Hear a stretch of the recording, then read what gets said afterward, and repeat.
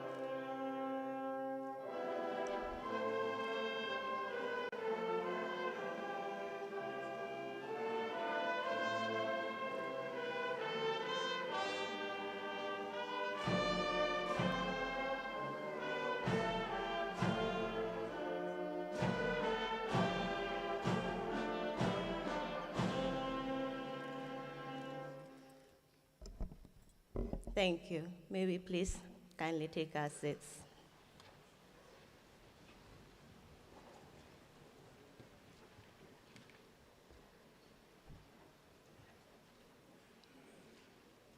Your Excellency, Vice President of the Republic of the Gambia, honorable ministers, distinguished ladies and gentlemen, my name is Claire Demba.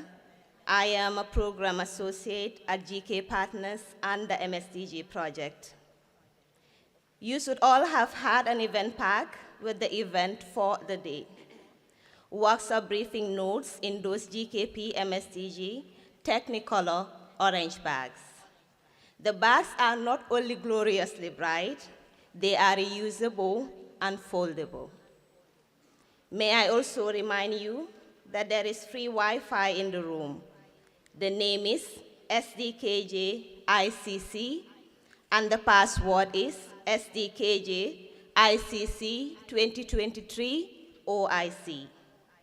Only the OIC is in small letters, the rest in capitals. I repeat, the password is SDKJ ICC 2023 OIC. Only the OIC is in small letters, the rest in capitals. Kindly check that your phones are on silence, but you are welcome to tweet, text, and send messages about the proceedings of the day. I now have the pleasure to introduce my co-moderator and former boss, Deputy Permanent Secretary, Ms. Ndumbe Saho, the Director of the Gambia Diaspora Directorate and Migration at the Ministry of Foreign Affairs.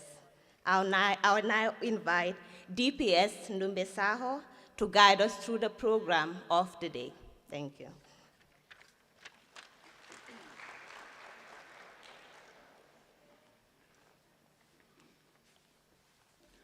Thank you so much, Claire Demba.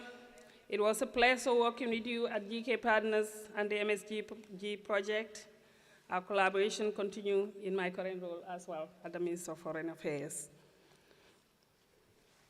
Your Excellency, the Vice President of the Republic of the Gambia, honorable ministers, distinguished ladies and gentlemen, member of the diaspora community, all protocol duly and respectfully observed.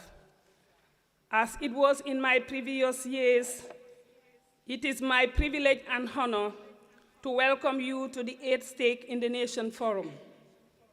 In the name of GK Partners, the MSDG project, the Office of the President, and the government of the Gambia.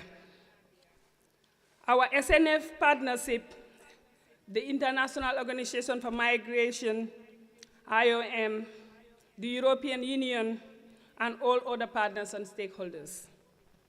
Stake in the Nation Forum was initiated in 2017 by GK Partners and the Office of the President as part of the Migration and Sustainable Development in the Gambia project. This is an annual consultative dialogue. It's integral to Gambia diaspora policy and practice. SNF as an eminent international or national institution, as national institutions continue to facilitate engagement, interaction, and consultations and collaboration between the Gambia, Diaspora, ministries, departments, and agencies, and a diverse range of non-state actors. We have seen interest in SNF grow every year as the forum facilitates policy progression and productive dialogue among citizens from diverse backgrounds. And based in different countries, they are all here in the room. We welcome you.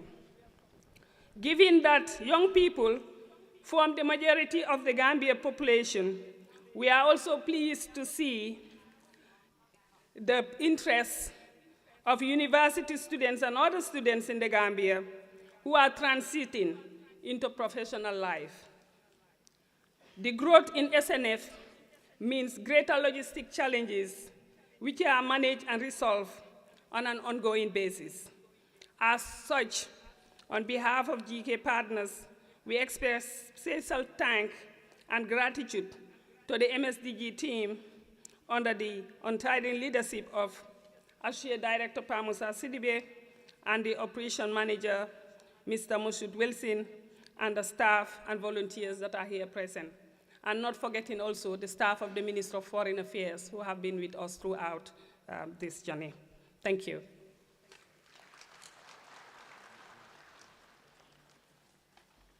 Vice President, distinguished participants, the entire proceedings of the day are live-streamed in order to facilitate some engagement and a degree of participation by the thousands of Gambians in the diaspora, and indeed those in the country who are unable to attend in person. The theme for SNF8 is Diaspora, Jobs and Financing for Development, in recognition of the fact that 2025 is the year for the United Nations' 4th International Conference on Financing for Development, the last one having been 10 years ago. Following the SNF format, we start with the formal opening statements. After a short coffee break, we will have the first workshop between 12 noon and 1:30 p.m. And the topic is Implementation of Diaspora and Innovative Finance Initiatives. The lunch break is between 1:30 p.m. and 2:30 p.m. The student delegates are requested to follow the authors to the spaces and rooms reserved for them. Other delegates are served coffees and lunch in the large dining space upstairs. The second workshop is after lunch between 2:30 p.m. and 4 p.m. And the topic is Implementation of Ethical Labor Migration Program. The third and concluding workshop is between 4:30 p.m. and 6 p.m. And the topic is Action Points on Financing for Development. This will be followed by the closing session of SNF8. We will hear brief closing remarks by our keynote diaspora speaker and vote of thanks from GK partners. This year, we look forward to the artistic performance of Bright Stars Entertainment. We thank Mr. Njok Malik Jang, Director of Yaram Arts UK, for integrating arts and culture with SNF. We also thank the MSDG Fellow, musician and producer, the artist known as Singate, for his support and engagement. SNF8 shall conclude at 6:30 p.m. Thank you.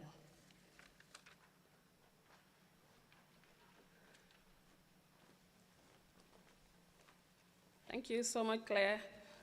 Throughout the day today, we will be entertained by the Gambia Police Band under the leadership of Superintendent of Police, Matarba, and his talented band.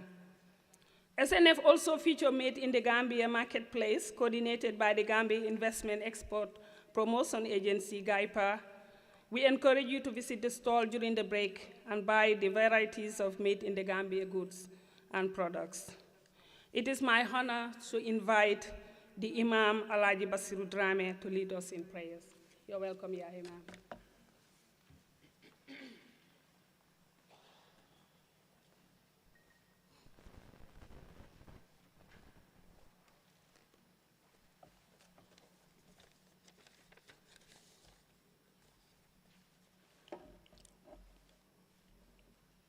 أعوذ بالله من الشيطان الرجيم بسم الله الرحمن الرحيم. Your Excellency, the Vice President of the Republic of the Gambia, Alhaji Muhammad Jallo, Honorable Ministers here present, the Diplomatic Corps, Professor Jibril Fall, distinguished guests, ladies and gentlemen, and all other protocols duly observed. Assalamu alaikum wa rahmatullahi ta'ala wa barakatuh. May the peace and blessings of Allah be upon all of you. Allahumma, we thank you for allowing us to gather here today for the 8th year in a row in order to continue as a nation this consultative dialogue that began some 8 years ago. It is a dialogue between our sons and daughters in the diaspora and the Gambian state actors and non-state actors in developmental matters so that the intellectual, technical, and moral resources of our sons and daughters in the diaspora can be tapped and harnessed and put to good use in the development of our motherland. Allahumma, as we invoke your mercy and blessings for this gathering of ours, we are hopeful that you are actually present with us in this magnificent conference hall, listening to us and our problems, for you are the one who has promised in the Holy Scripture to bestow your favor upon any of your servants who have united themselves behind a noble objective. And what objective can be nobler than building the motherland? And we further implore you to help bring to fruition our national diaspora objectives. For you are the one who have said in the Holy Quran, فَاسْتَجَابَ لَهُمْ رَبُّهُمْ أَنِّي لَا أُضِيعُ عَمَلَ عَامِلٍ مِّنكُمْ مِّن ذَكَرٍ أَوْ أُنثَى بَعْضُكُمْ مِّن بَعْضٍ. And their Lord responded to them, never will I allow to be lost the work of any worker among you, whether male or female. You are of one another. Allahumma, you have in the Holy Scripture made it abundantly clear that there is no blame in being in the diaspora. More than that, you have even encouraged immigration sometimes. For you have said, هو الذي جعل لكم الأرض ذلولا فامشوا في مناكبها وكلوا من رزقه وإليه النشور. It is He who made the earth tame for you, so that you can walk across the length and the breadth of the earth and eat of its provisions, and to Him shall everything return once again. That said, living in the diaspora has its challenges, big and small. We therefore fervently implore you to provide our sons and daughters in the diaspora the fortitude, wherewithal, and a degree of patriotism that would make it possible and easy for them to answer positively to the clarion call of their leaders, a call whose theme this year is diaspora, jobs, and financing for development, so that they would come back and invest in the land of their forebears.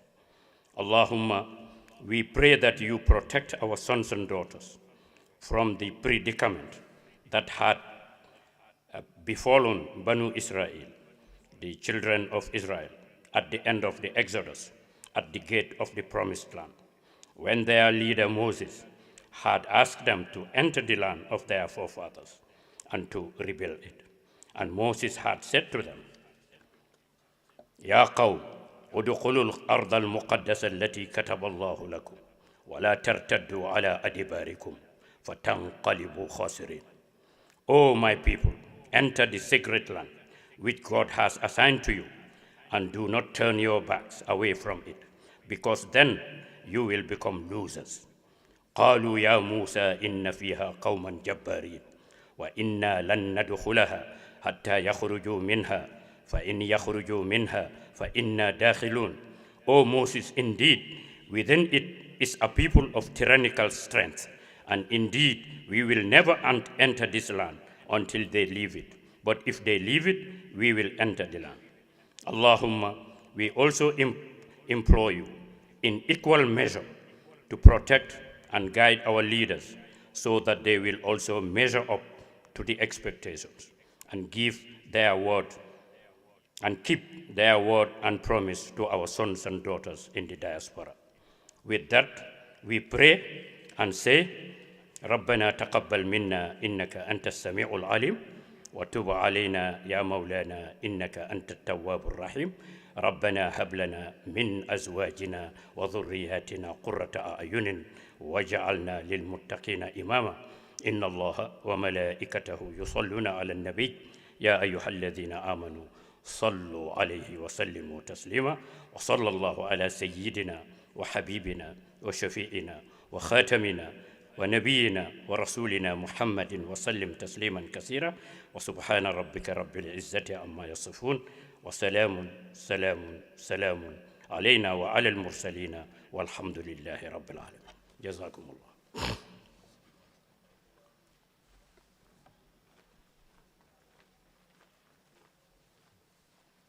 Thank you so much, Imam, for the prayers and guidance. It is my honor to invite Reverend Rusi Safo to lead us in prayers. Welcome, Reverend.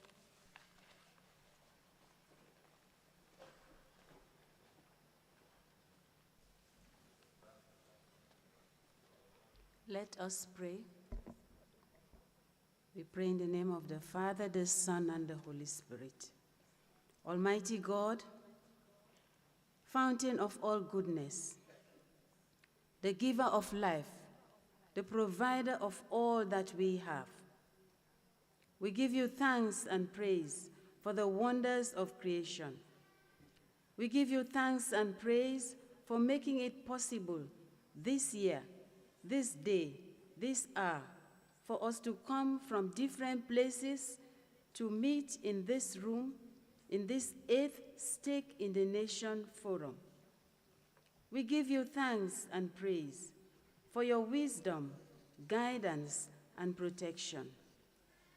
We thank you for providing us with leadership as we go about our daily duties and various tasks. By your grace and power, a lot of work has been done through the various activities of our sisters and brothers in the diaspora. We give you thanks.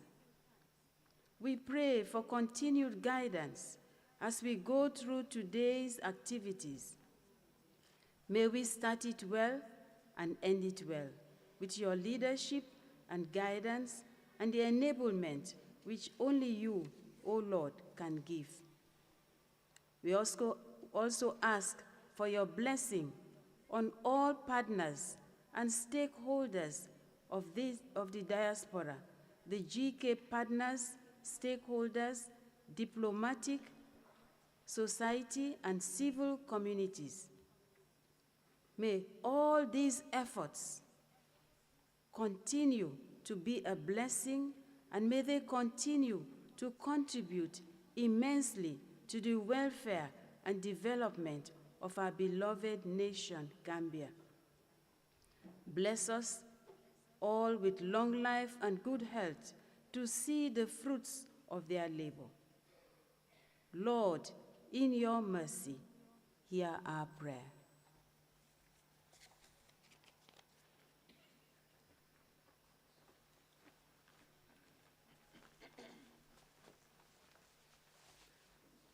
Thank you so much, Reverend, for the prayers and guidance.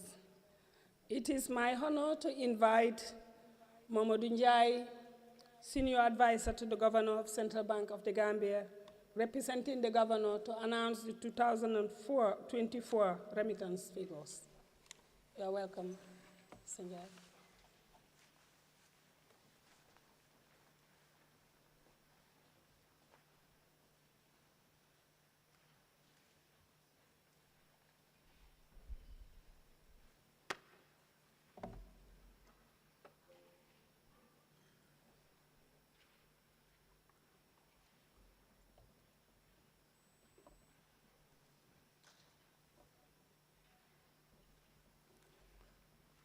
Good morning, Your Excellency, the Vice President of the Gambia, honorable ministers present, Professor Fall, and members of the High Table, members of the Diplomatic Corps, senior government officials present, esteemed members of the Diaspora, all protocols respectfully observed. I stand here today on behalf of the Governor Central Bank of the Gambia, who is unavoidably absent due to prior engagements. He sent his apologies. I will represent him. This is his statement, which I will read now. It is indeed an honor for me to join this morning to speak on a topic paramount to our economy and the well-being of Gambian families, remittances in flow. As you are aware, remittances from our diaspora play a critical role in our nation's socio-economic fabric. These funds sent by Gambians living abroad contribute significantly to household incomes, education, healthcare, and the overall economic stability of our country. It is important to note that remittances have served as a financial cushion during economic downturns, in particular during the global COVID-19 pandemic and the economic challenges faced worldwide. Our diaspora support to their families and communities back home was remarkable, mitigating the impact of the pandemic on the Gambian economy. The Gambia has a long-standing of migration, and our diaspora community has grown substantially over time. As a result, the inflow of remittances has become a vital component of our economy, often surpassing traditional sources of foreign currency supply, including tourism and export. Today, I would like to highlight the current state of remittances, their impact on our economy, and the steps we are currently taking to maximize their benefits for the Gambia. Your Excellency, Cabinet Ministers, ladies and gentlemen, remittance inflows in recent years have shown a consistent upward trend. According to the latest data we have, remittance inflows contribute approximately 31.5% of gross domestic product, GDP, underscoring its critical importance to the economy of the Gambia. In 2024 alone, and I underline, which is the main theme of this topic, the Gambia received over $775.6 million in remittances, $775.6 million in remittances, reflecting a significant increase of 28.8 million over the prior year. The expansion is partly due to improved monitoring methodologies, the increased use of formal channels by the diaspora, and the use of technology in sending remittances.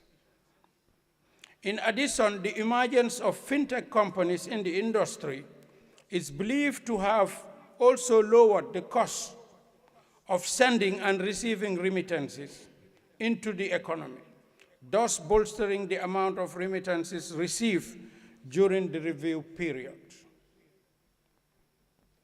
A recent survey by our Economic Research Department of the Central Bank of the Gambia revealed that the primary sources of these remittances include the United States of America, Europe, and other African countries where our diaspora is well established. In terms of utilization, the funds are used predominantly for consumption, education, healthcare, and small-scale investment financing, thereby fostering development of both the household and community levels. According to the survey, 36.9% of total remittances received are spent on household consumption, while 51.8% are spent on private construction. These two go to support domestic demand and remain a critical driver of the economic growth in the Gambia from 2021 to 2024.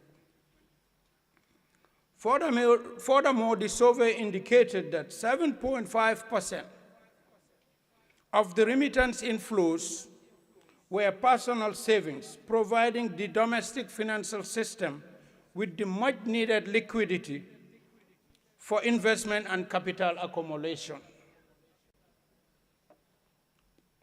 Health expense, education, and other family expenditures account for the remaining 3.8% of total remittance receipts during the period.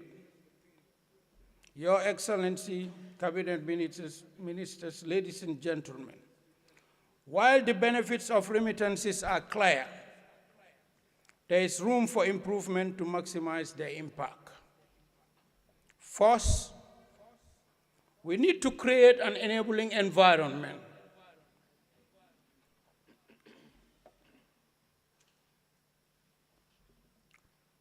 that encourages our diaspora to invest in large and more sustainable projects. This includes improving the ease of doing business in the country,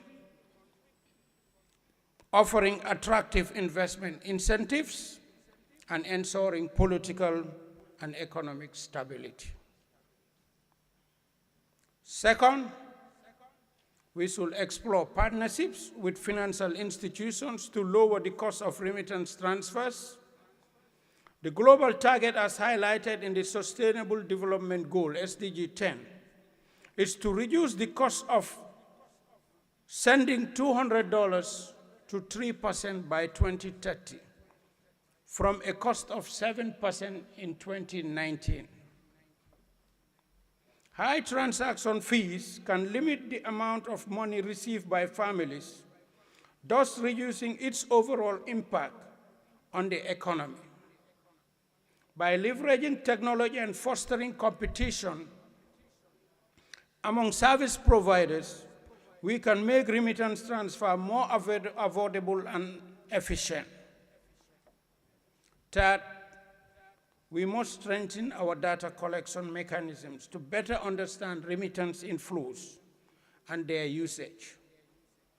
Accurate data will enable us to develop targeted policies that address the specific needs of our communities and optimize the benefits of remittances.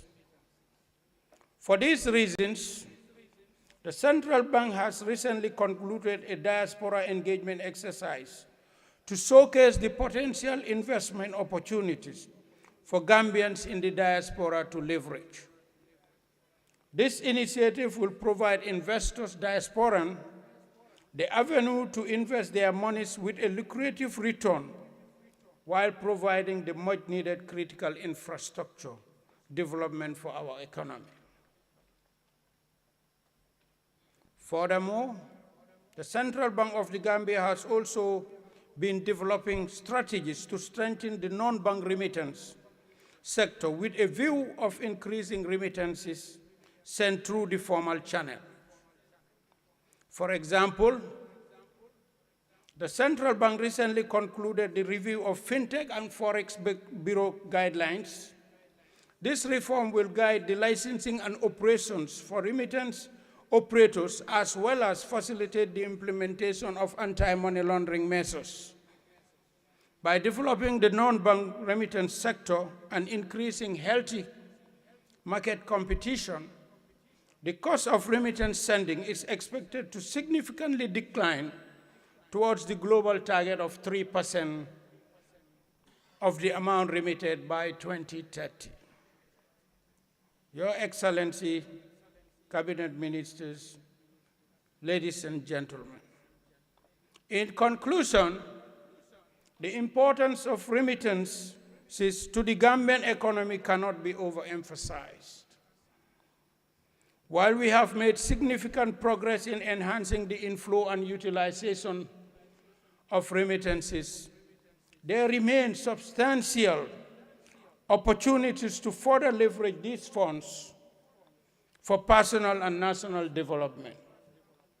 To this end, I would like to reiterate the importance of strategic policy reforms to create a better environment for enabling our diaspora contribution to national development. By implementing strategic policies and fostering a conducive environment, we can ensure that remittances continue to play a pivotal role in the socio-economic advancement of the Gambia. Central Bank of the Gambia's ongoing initiatives, including diaspora engagements and reforms of remittance regulation, are a step in the right direction to achieving the goals.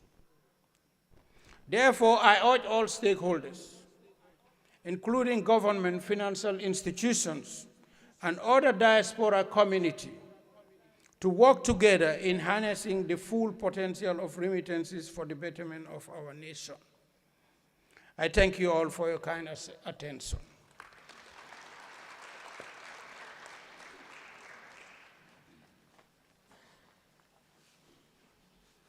Thank you so much, Mr. Mamadou Njai.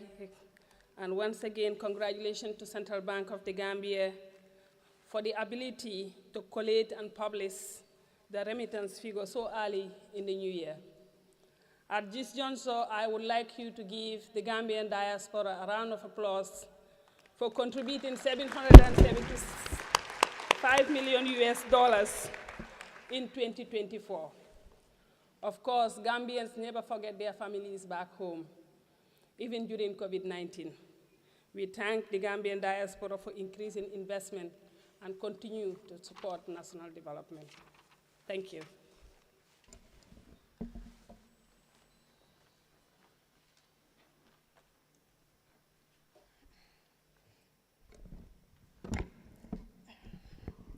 The MSDG project understands substantial technical cooperation work with various ministries, departments, and agencies, starting with the Central Bank of the Gambia and the Gambia Police Band way back in 2018.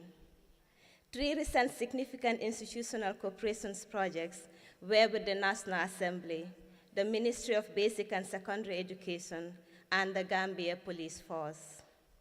In November 2024, new school buildings constructed by the MRC Holland Foundation were inaugurated in Ganjan, Sanjal. GKP MSDG installed state-of-the-art science labs for biology, chemistry, and physics in the building.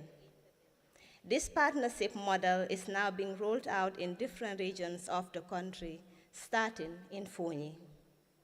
Harriet Bruma Sonko of MRC Holland Foundation, our contact person at the ministry, Mr. Ibu Seringay, and our diaspora fellow who worked on his model, Ms. Dostina Sawyer. In partnership with the Gambia Police Force, in May 2024, GK Partners MSDG facilitated for the head of the Ghana Police Band Academy to undertake a 3-week training, needs analysis, and initial skills training for the Gambia Police Force. One of the recommendations was for the members of the band to prepare, enroll, and take exams of the Associated Board of Royal Colleges of Music in the United Kingdom. We thank Chief Inspector Elik Plim and the Ghana Police Force for their technical support and Bandmaster Matarba for his persistence in seeking training and development for the band. GK Partners has now acquired all the required books, workbooks, and past papers for the first cohort to register for the ABRSM exams. We now invite Mr. Njok Malik Jeng of Yaram Arts to formally hand over a sample of the material books to the Inspector General of Police. We kindly ask His Excellency the Vice President and the GKP Director to join them for a photographic record. Mr. Njok Malik, please.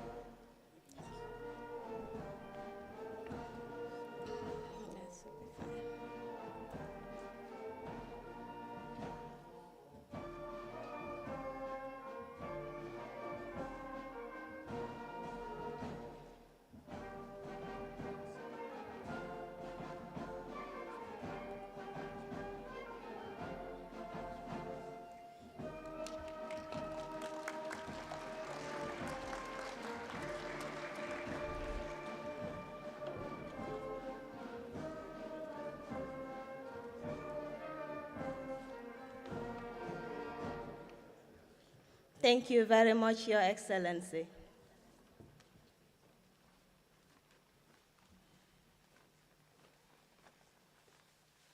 Thank you, Clara.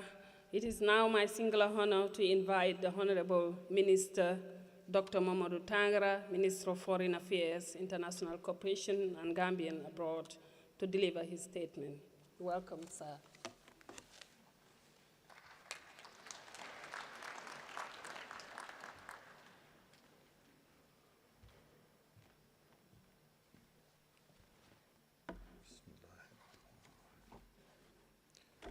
Your Excellency, the Vice President of the Republic of the Gambia, Mohamed B. Jallow, Honorable Ministers, members of the Diplomatic and Consular Corps, representative of the Governor of the Central Bank of the Gambia, heads of security here present, for their representatives, venerable religious and traditional leaders, GK partner co-founder Professor Jibril Fall, the keynote speaker Professor Mamadou Salah, special guest speaker Mr. Chuku Emeke Sikezi, permanent secretaries present, Gambian Diaspora and friends of the Gambia, distinguished guests, ladies and gentlemen. Good morning and welcome to the 8th Stake in the Nation Forum. It is an honor to address this distinguished assembly dedicated to fostering dialogue, collaboration, and actionable progress toward our nation's development goals. This year's theme, Diaspora Jobs and Financing for Development, speak to the heart of our shared vision, building meaningful connection between the Gambia and its diaspora, unlocking opportunities for our people, and embracing innovative approaches to resource mobilization for for sustainable growth. Allow me to begin by extending my heartfelt gratitude to GK partners and all stakeholders who have worked tirelessly to organize this transformative forum. Your efforts continue to create a platform where critical voices from the diaspora, policymakers, and development practitioners converge to shape the Gambia's trajectory toward inclusive and equitable progress. Today's gathering is particularly significant as it coincides with the celebration of the Gambia Diaspora Month. As I mentioned in my remarks at the onset of this month, this initiative symbolizes the enduring bond between our diaspora and homeland. It reaffirms the recognition of our diaspora as the eighth region of the Gambia, a historic declaration made by His Excellency the President, Adama Barrow, in 2018 and enshrined in the fourth pillar of the Recovery-Focused National Development Plan, NDP 2023 to 2027. This recognition transcends symbolism. It is a solemn commitment to make the diaspora an integral part of our national development strategy. It acknowledges the diaspora as not only contributors of remittances, but also as a source of invaluable expertise, innovation, and global networks that can serve as catalysts for transformative change.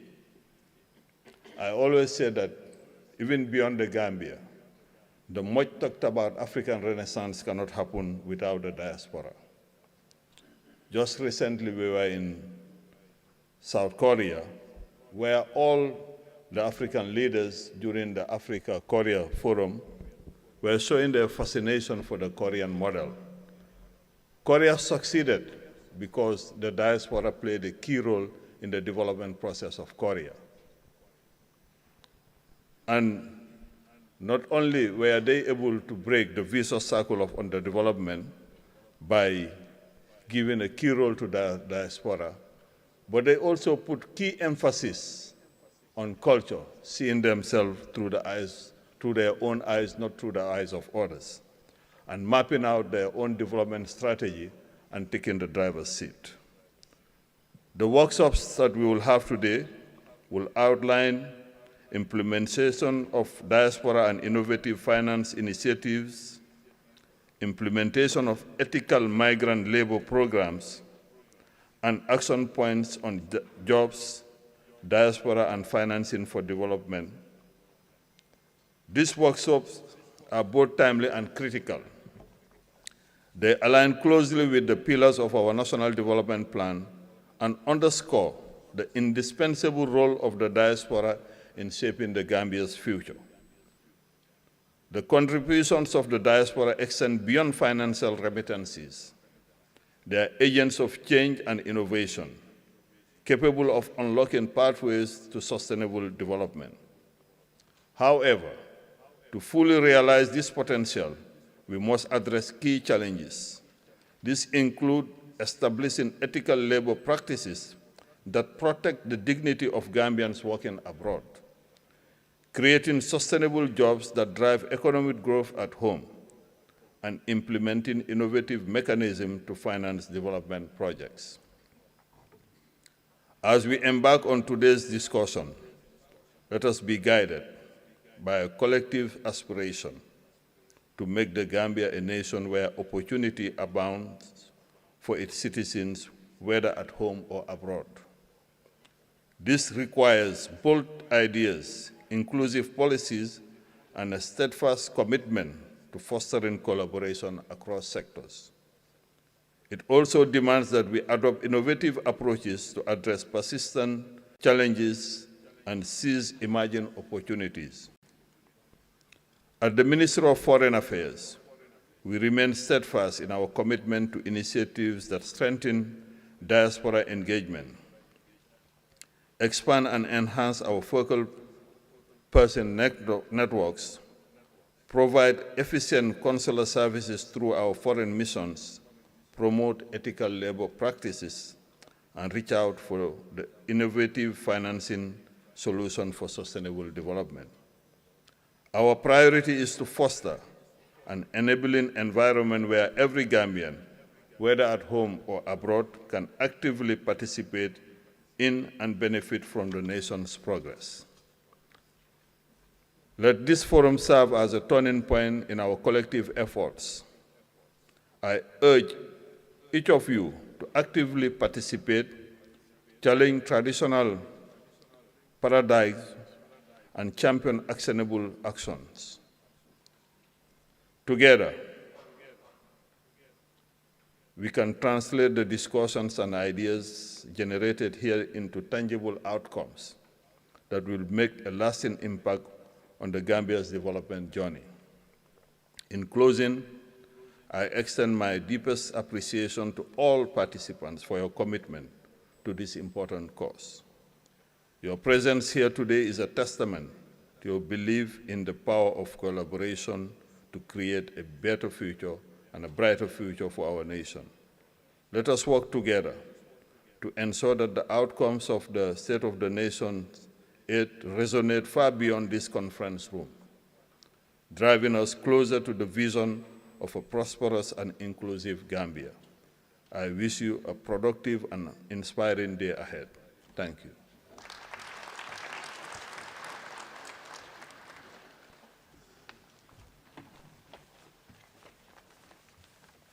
Thank you so much, Honorable Minister, for the leadership and guidance in providing consular service to Gambian diaspora.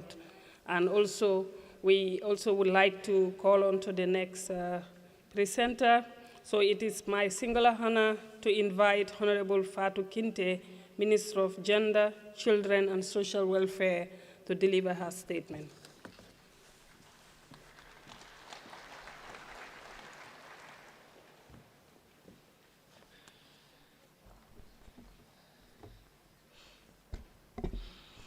Bismillahirrahmanirrahim.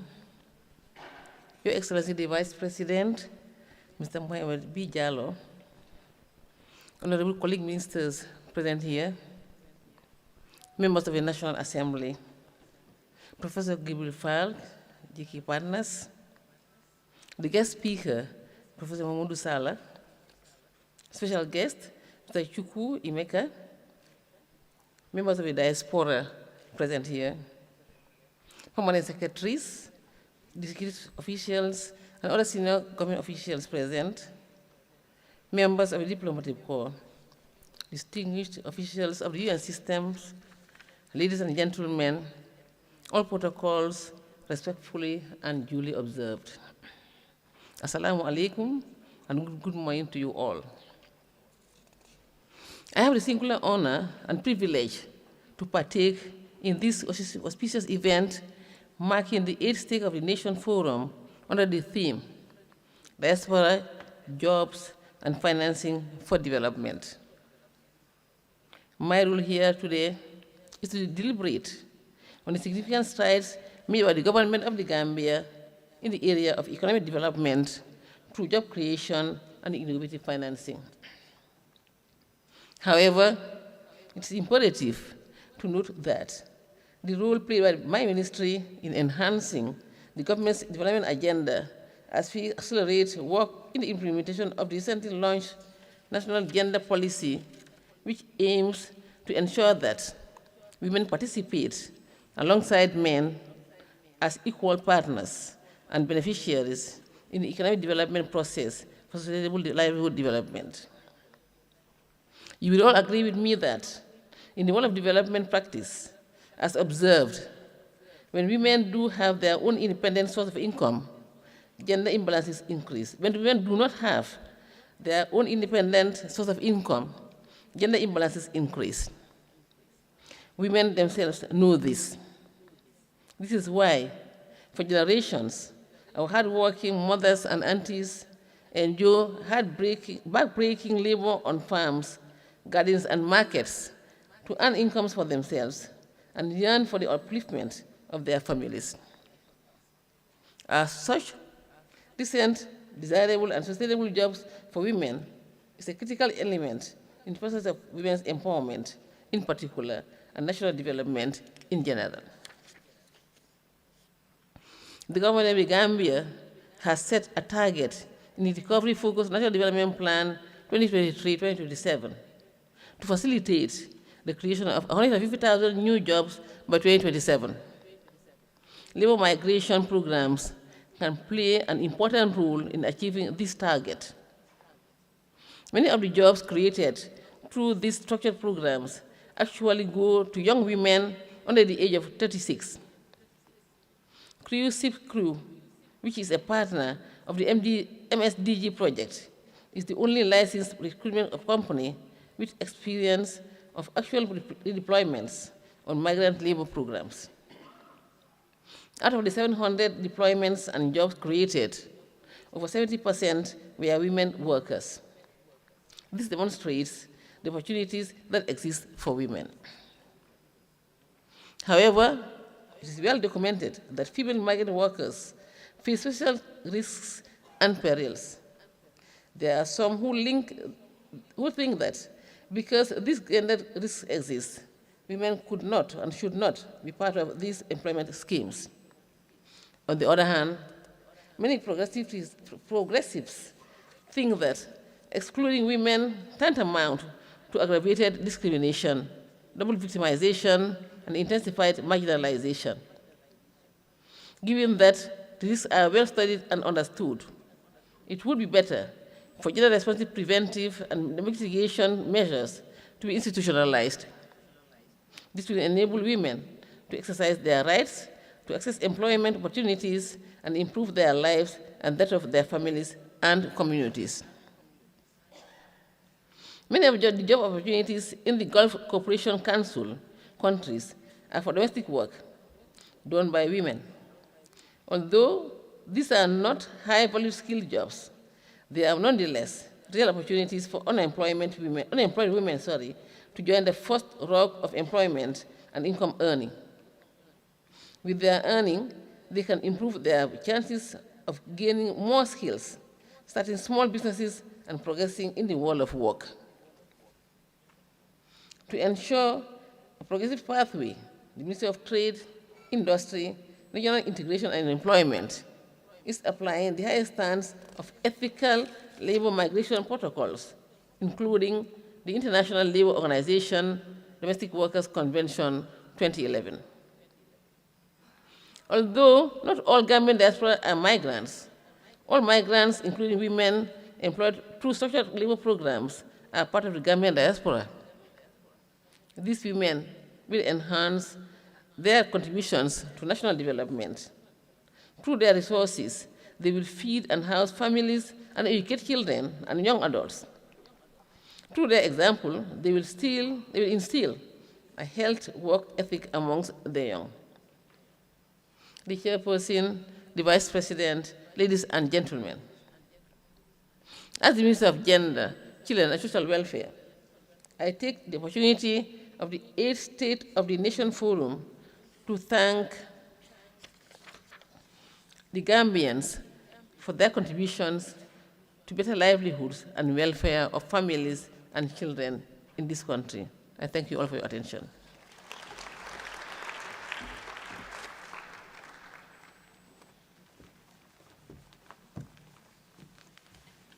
Thank you so much, Honorable Minister Kinte, for your statement.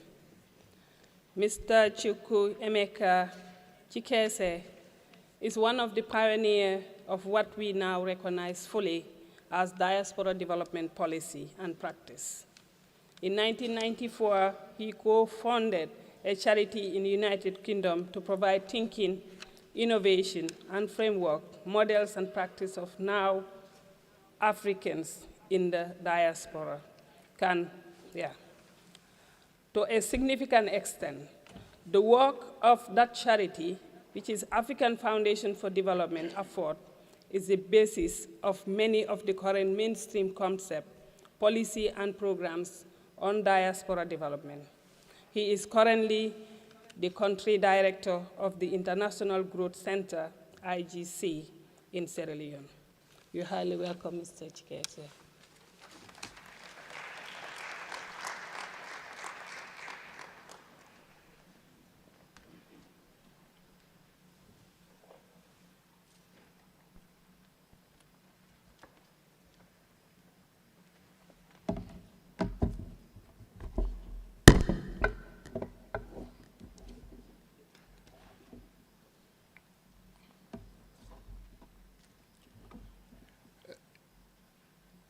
Your Honorable, Your Excellency, the Vice President, Republic of Gambia, the distinguished members of the High Table, to all of you here, permit me to stand on the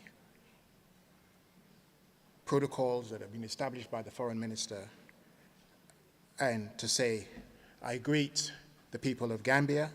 It is my first time here, and I thank Professor Jibril Fall, with whom I've worked for almost 30 years on Diaspora, to have this opportunity to speak to you today. And I want to start by putting this into historical perspective. Do you know what role the African diaspora played in ending slavery, the very slavery that created the first diasporas?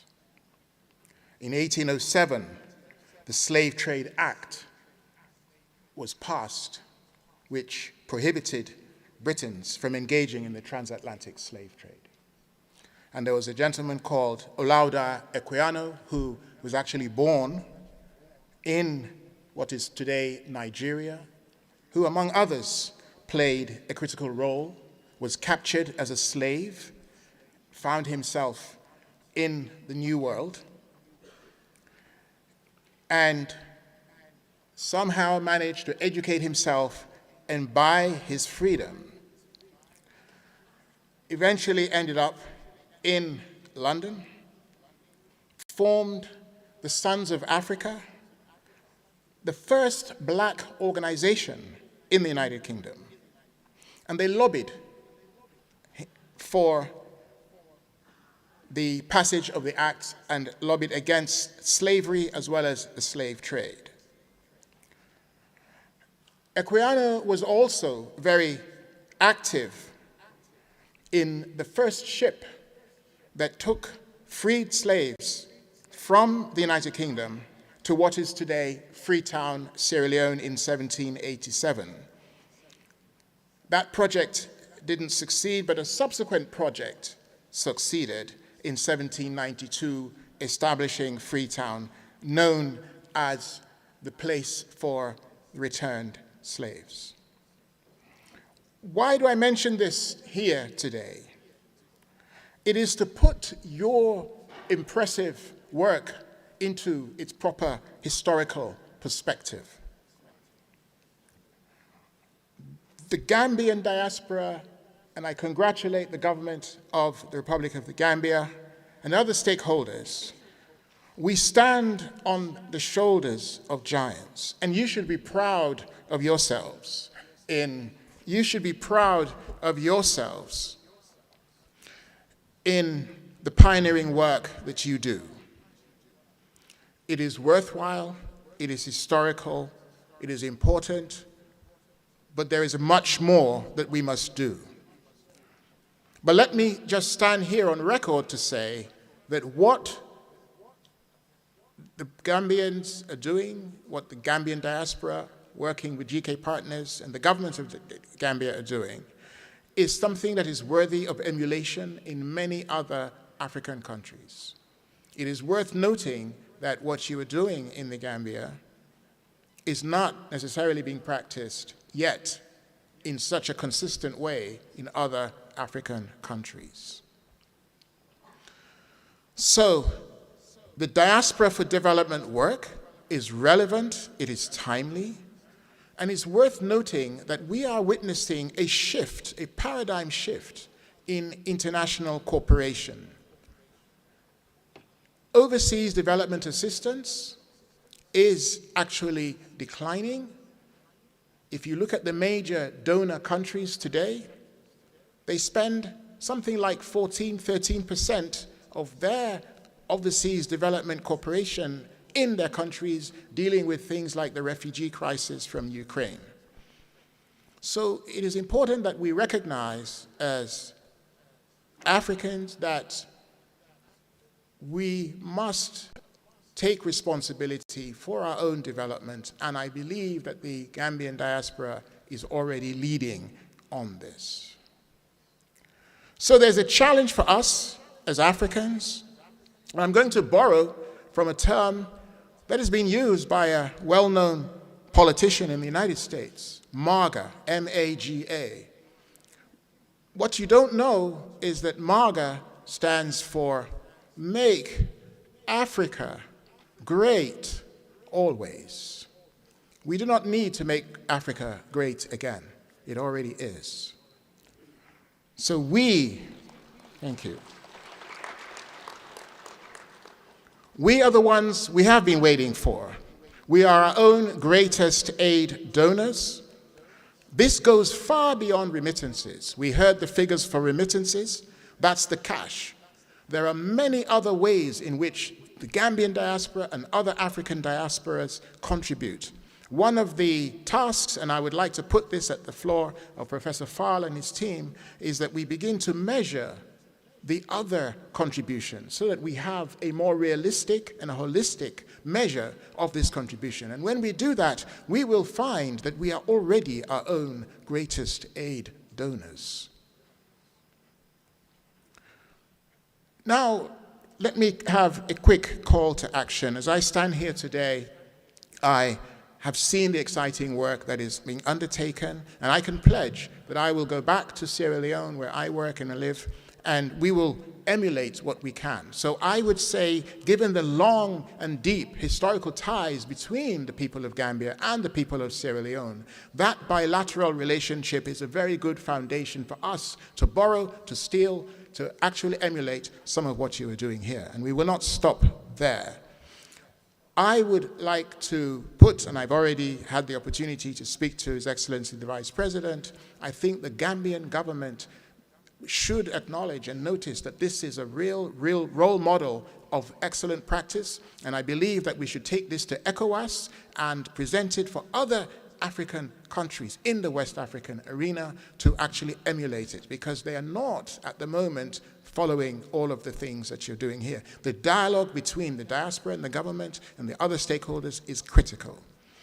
So the idea of Gambia, actually, Little Gambia, Smiling Coast, actually setting the stage for much larger countries to actually demonstrate what is possible. I think this is very important, and I think it's a task, and I would like, and I hope that this SNF8 will make this as a strong recommendations. And so, as we think now, and I talked about the 1807 Act, which was 218 years ago. Imagine I'm standing here talking about something that somebody did 218 years ago. So the question for us today is, what is it that we are going to do that in 218 years from here, in 2243, that will have the significance of that act in 1807 in, as I've said, making Africa great always. That is the challenge that we have. That is what I commend to you, and I thank you all for your attention.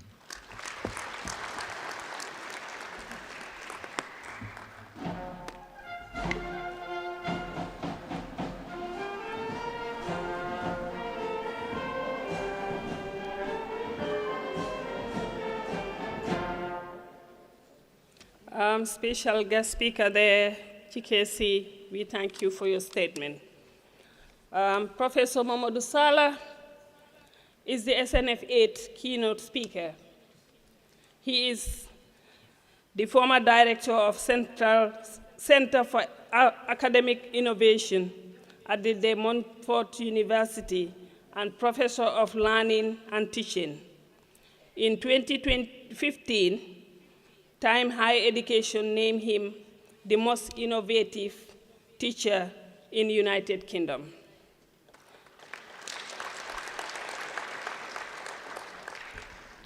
He is currently operational manager at the Central Project Unit, Ministry of Finance. As a social entrepreneur, he set up Global Hands Publishing, the Catholic Academy. Professor Sallah set up a resource and educational center in Manduar, and his many activities empower young people and communities. As a good professor prepares to speak, we invite the Gambia policeman to play the Manjago song entitled Kenduko Milik. I hope I did it right, which means bring me water. It is safe to ask for water from Professor Sala. Thank you. You're welcome, sir.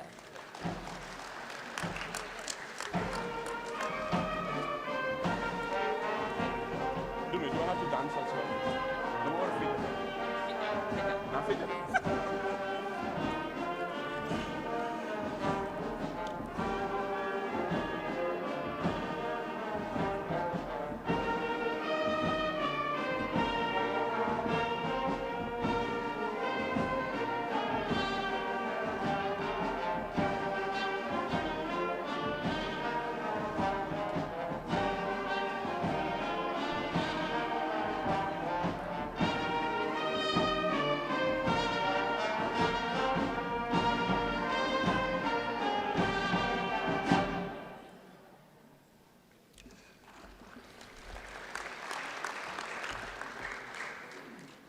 Thank you, Madam Chair, Your Excellency, the Vice President, all the beautiful, wonderful ministers hereby present, ladies and gentlemen, it's an absolute honor to have this opportunity to share my thoughts. Professor Fall, thank you very much to you and GK Partners for the opportunity. As the band was playing, I wanted to dance. I really had to restrain myself from just doing my thing. But I know that we've got the Vice President and very serious people here, so I have to behave myself. Can I just check that people are still here? If you can hear me loud and clear, can you please put your right hand up? Your right hand up. Can you please wave it from side to side, like you don't care? Okay, good. I've got you now. I want to talk today about how diaspora professionals in global institutions contribute to national development. And over the past 26 years, I have been living in the UK, and I came back in May. I know I'm going to try. In fact, I'm going to stay here. I love the sun so much. But within these 26 years, I have had to grapple with a lot of creative tensions as to who I am, what I am about, and what I need to do as a diasporan from the Gambia. And I try to do a lot of things. It is very important that I share my positionality, because this will hopefully illuminate the context in which my work happens. But I also know that in terms of my identity as a decolonial scholar, as a scholar activist, it impacts on who I am and what I do. So I've been trying to do a few things whilst living in the UK. I set up with other people, set up what we call Global Hands. So one of the things that was done was to set up Global Hands Publishing, which actually publishes decolonial scholarly work. I'm glad to see that some of our books are being used in our higher institutions of learning, because when literature talks about epistemicide, where whole cultural knowledge systems have been destroyed, we need to reclaim that, and we need to actually make sure that there is an active way of challenging it. And publishing these books and a journal has been one of them. But also we did some work, particularly in a village called Manduar, but also beyond Manduar, we tried to do some work where we incubated an innovation center. We tried to launch, with the collaboration of Nissan, what we believe to be Africa's first solar power taxi service, where we work with the community to develop an electric car that's off-grid, and that was also able to kind of like generate income and to get it going. We wanted to test the proof of principle, and the papers are out there to show what we tried to find. We also tried to bring students to engage in transformative learning and to share with communities. And we probably brought in about 700 students into the Gambia, mainly from the UK and America, and they were able to collaborate with a lot of other organizations as well.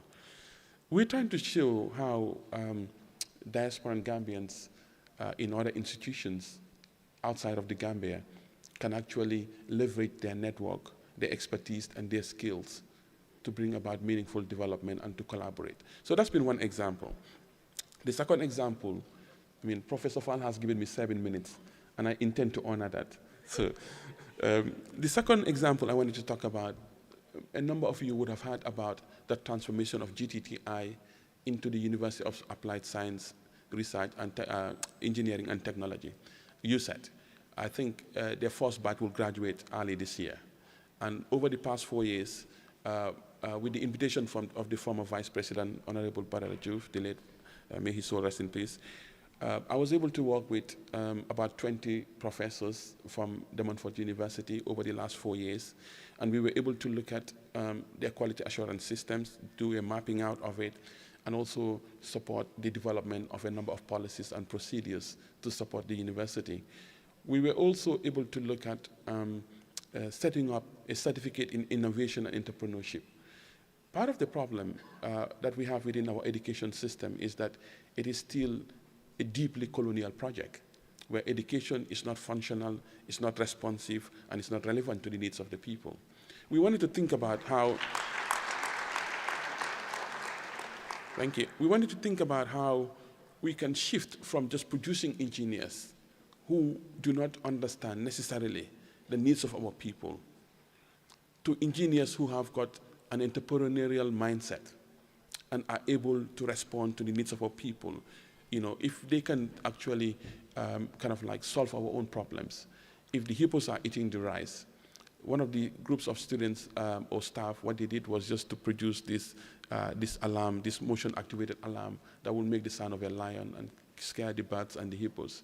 But there's so many other things that we can do, but the mindset has to shift. So what we tried to do there was to develop a parallel certificate. So when they graduate with a BSc in civil, mechanical, and electrical engineering.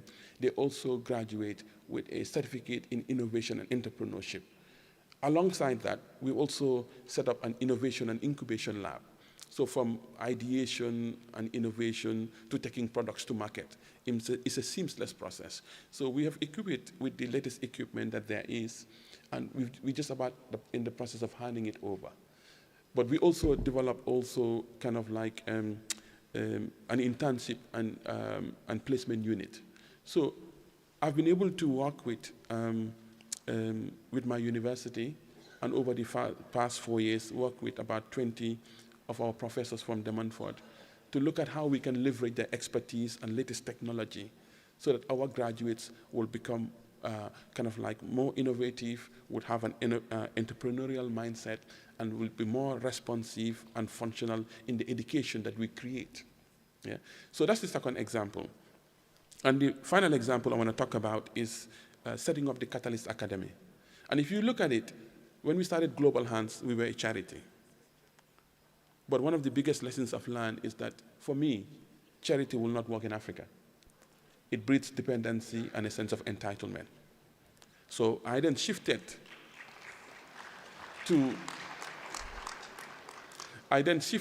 in terms of what we do, because if I am a big fan of the work of Thompson and also part of Althusser, where we look at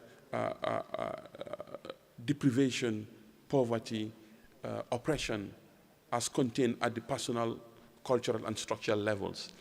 And in order to dismantle that, we have to simultaneously work also at the personal, cultural, and structural levels. Althusser talks about the hardcore and the softcore, and then the hardcore violence of the state is about the police, the administration, the judiciary, and all of these things. And the softcore is the church and society and culture and all of these things. So in these creative tensions that I have to deal with, I'm constantly asking myself, how can we contribute to development, meaningful development, given the network and the resources and the exposure of heart? At the same time, dismantle the poverty, dismantle the underdevelopment. The statistics are out there, and because of time, I don't have time, and I'm sure most of you know about these statistics and these figures and the livelihoods that our people have better than I would ever know in 1,000 years. But I have been able to shift from a purely charity endeavor to to actually engaging, because it's sometimes good as, it is also sometimes worthy of note that as diasporans, we engage at the periphery. We remain outside of the structures of society and of the system. And I think working with the University of Science, Research and Science, Engineering and Technology, but also other government bodies, we've been able to fundamentally attack the fault line that we've been talking about education. So let us work in the periphery.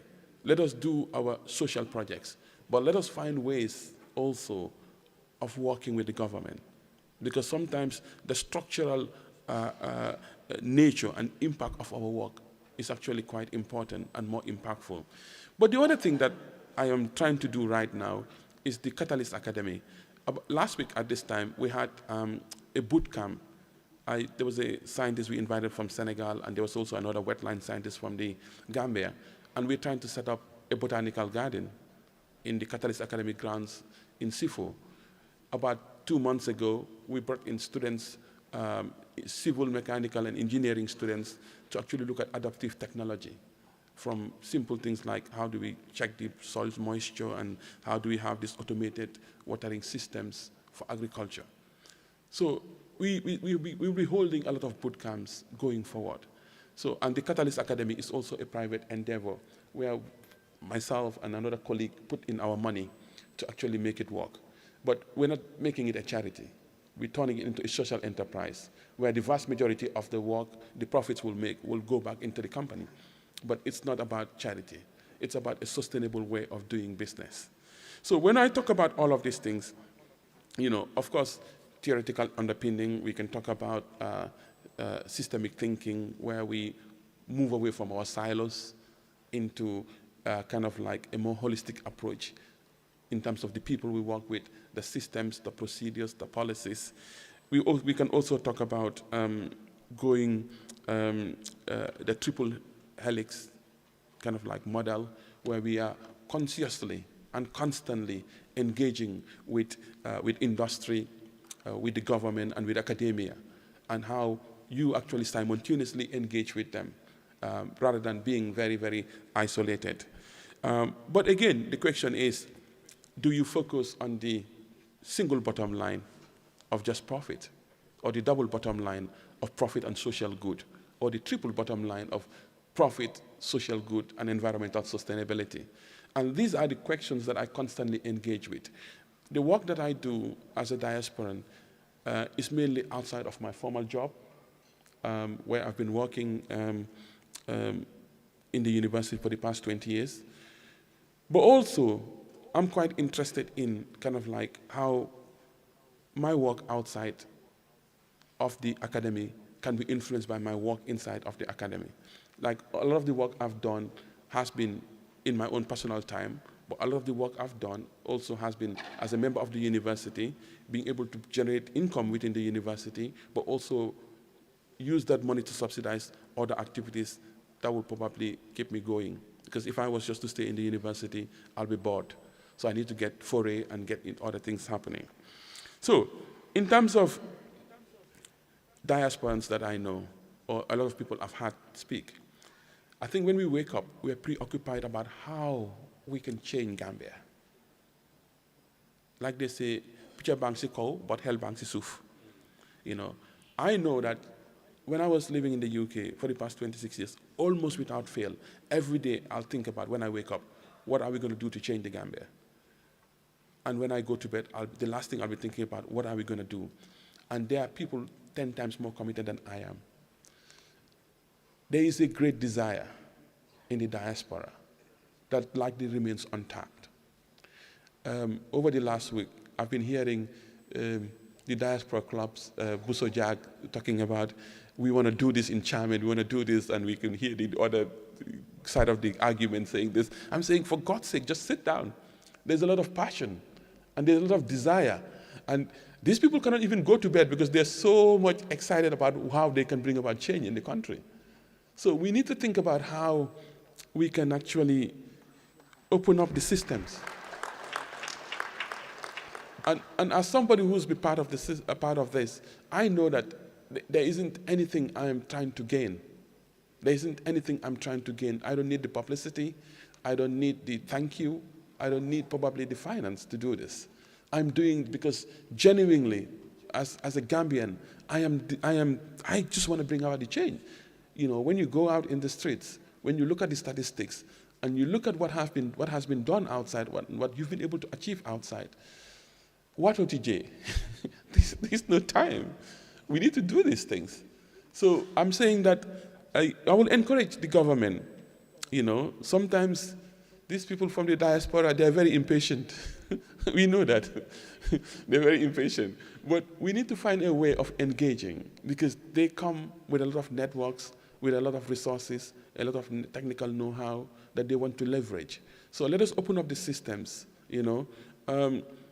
As somebody from the diaspora, I've had experiences where people are not as welcoming as they should be for a number of reasons. So we need to find ways in which our brothers and our sisters will feel welcome when they come. And I think that's a really, really important part of it. But also, to my brothers and my sisters from the diaspora, you know, since I came back in May to the Gambia, we've been playing around this thing where we've been trying to call it something else, and we call it a pedagogy of persistence. So there is a pedagogy of persistence that you have to learn, you know, in terms of the bureaucracy and how you manage it. And that also would go a long way in terms of allowing us to achieve the ultimate goal, which is to work together. In my work from the diaspora in the Gambia and in other African countries, I've come to develop what I call a pedagogy of disruption, where we engage in intentional disruption to change the way things are, to disrupt the status quo. But in engaging in this pedagogy of disruption, we need to be mindful of a particular number of things. We need to think about another subset, another sub-pedagogy of ambiguity, how we manage ambiguity, of compassion, how in the difficulty and with the difficulty of things, we actually remain compassionate and kind, you know, and also a pedagogy of discomfort, because some of these situations are very, very uncomfortable, are very, very difficult, but they need to be navigated, they need to be managed. I think the diaspora can significantly leverage a lot of things, and I think the government can create a more enduring environment, a more conducive environment through dialogue and through a lot of other things. Because as the previous speaker alluded to, it's not only about the financial remittances, but it's also about the intellectual remittances that diasporas can bring along. And we need to think about how we harness this, how we work with them together. Because most of the people from the diaspora that I know are thinking day and night about how we can build a better Gambia, how we can make things better. Thank you.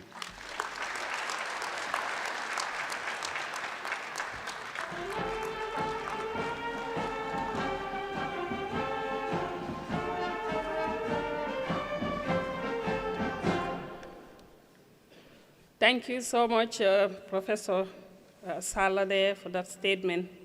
I have been tempted to Samba Mbayani since in the beginning, but I was advised to limit myself to the time for the Jarankas to have their breakfast on time. But the man I'm about to call is the man behind all of this. And I think it was saying a few words about him, but I will still stick to the principle he gave us. So you're welcome, Professor Fall, Director for GK Partners and the MSDG project, to give his statement.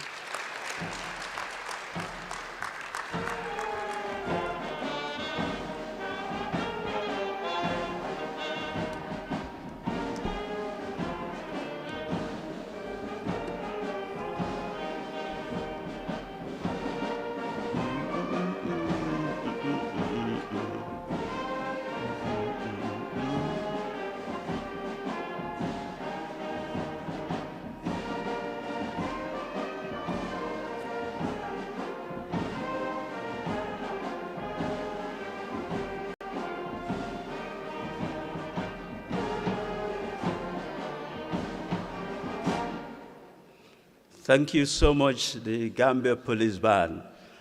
Is there anyone in the Gambia who doubts that they are friends of GK Partners and the MSDG project.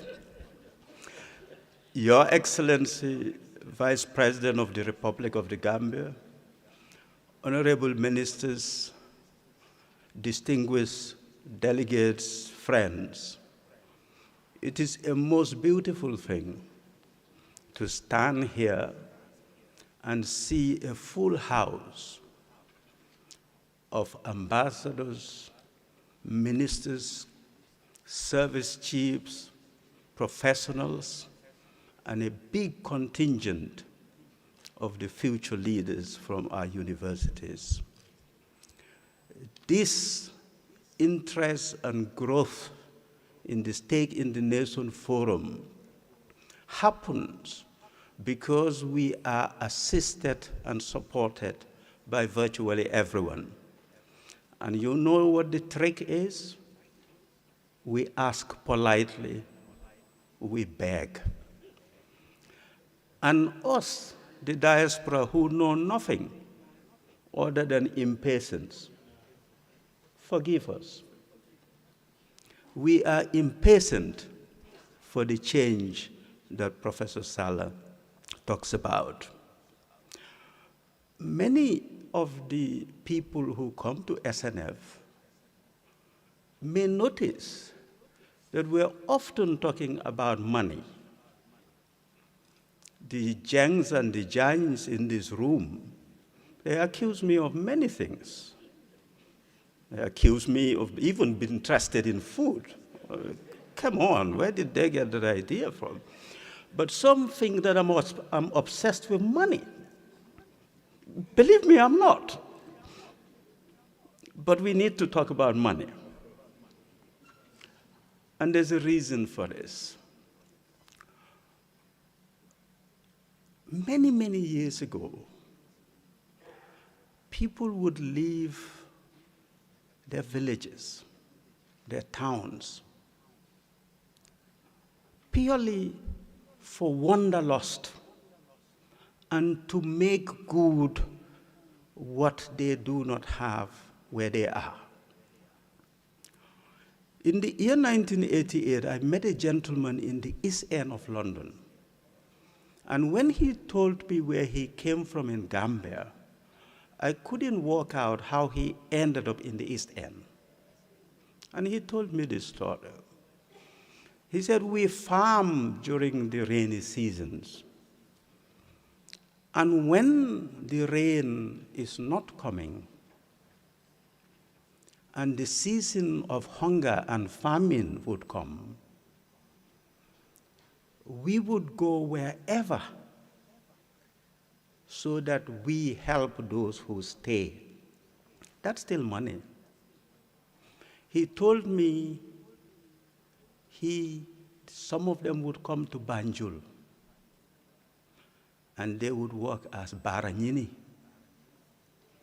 A baranyini is a laborer, but often linked to the ports. They would carry heavy loads, and they could because of the heavy work in the farms. The port of Banjul is in what's called Afdai. And there is a legend about, how do I put it, the street wisdom, perhaps, of the people of Afdai. And these Baranyini boys who struggle with the wall of language, which is spoken in Banjul, would learn the tricks of the street from the boys of Afdai who refuse to go to their homes. They are in the street. And given that these guys also have something, they have power, they have will, they joined a club that is still part of the migration story. They became the stowaways. He was a stowaway from the port of Banjul, made many ports before finding himself in Liverpool but he was a subject of the British crown. And I said to him, how? Then you just appear and you belong and are settled? He said, yes, because we were subjects. But he said we had a trick. From Banjul, you would stop at several ports before you reach Tilbury or Liverpool. Everybody knows Ghana, Nigeria, and these Gambians, these Baranyini, still wants to be known not as a West African subject, but a Gambian. So they would carry a copy of the Gambia News Bulletin, a newspaper that say, I am Gambian. This gentleman was not even educated. That was perhaps the earliest interest I had in studying the lives of migrants and diaspora. Within that group of people, we saw two dynamics, which to an extent are still with us and still revolves around this vulgar matter of money. Many of those people found themselves in what the Wolof would call sankuya, they sankuji. They are lost to us. They have gone. We don't know where they have gone and where they are. They are disconnected from their background for many reasons. But within 1.5 to 2 generations, they reconnected. Those who were in that field of Sankuji, all of the patterns you now see of intellectual remittance, of financial remittance, and all of the contribution was not there. And when the change happened, apparently it changed through the concept of what they call mbokaya. Because when they saw somebody who's an African or who they suspect is from the region, they didn't apparently need to know your name. They would say, Mboka. And if they suspected from your Gambian, they would notice it for the silver bangle that Gambians like to wear. I wonder whether we still do. Some do. And you see them, you don't need to know their name, you say Mboka. And that Mboka, that reintegration, meant they are now starting to send money, talk to family. Some of the impatience, Your Excellency, is because we are trying to avoid sankuya in the modern age, when people are disconnected and choose other options, because you can take your life and your livelihood somewhere else.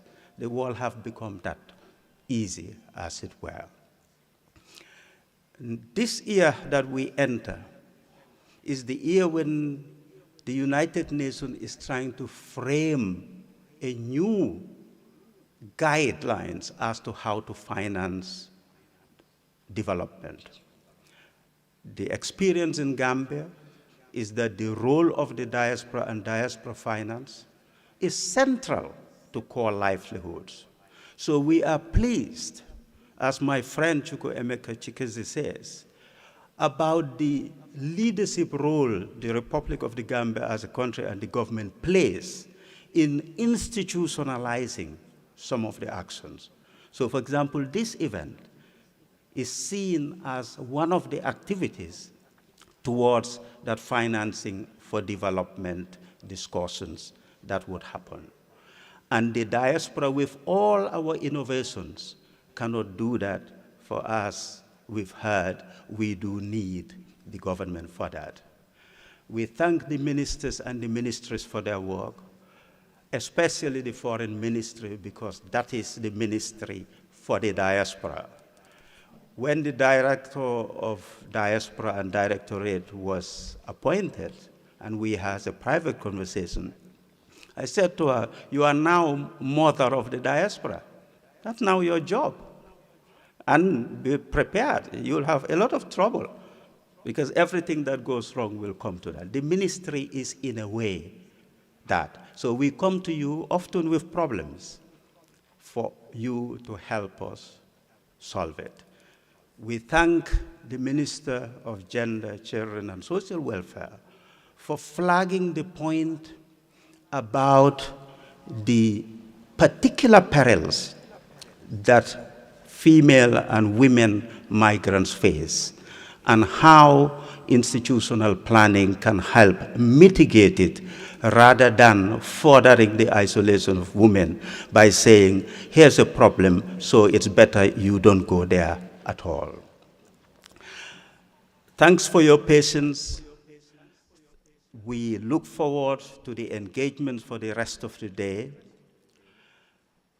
Your Excellency, please take our thanks back to His Excellency the President for the continued support and the continued discussions and engagement. We still have a long list of problems that we have. And of course, you know, by Monday, we will be still at your desk to raise it. So thank you, and welcome to the 8th Stake in the Nation Forum.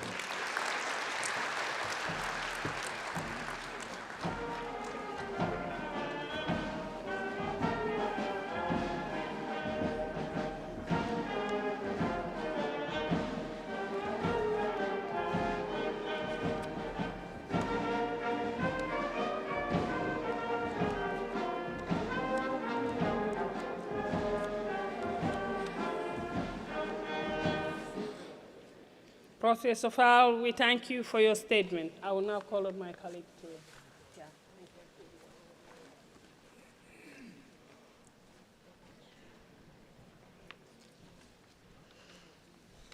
Honorable Ministers, distinguished participants, it is now time for the final item of this opening session. I invite His Excellency, the Vice President, Mohamed B.S. Jallow, to deliver the SNF8 presidential address on behalf of His Excellency, President Adama Barrow.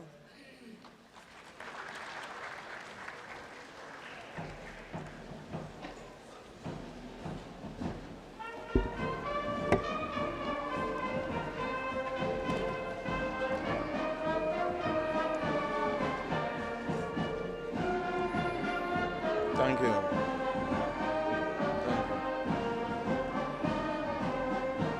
Thank you.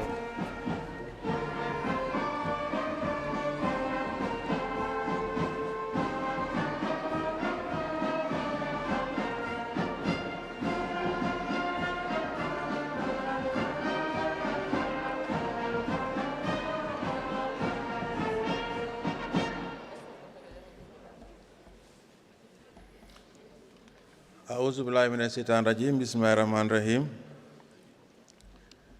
Honorable Ministers of Foreign Affairs, the Minister of the Presidency, the Minister of Gender, Women, and the Social Welfare,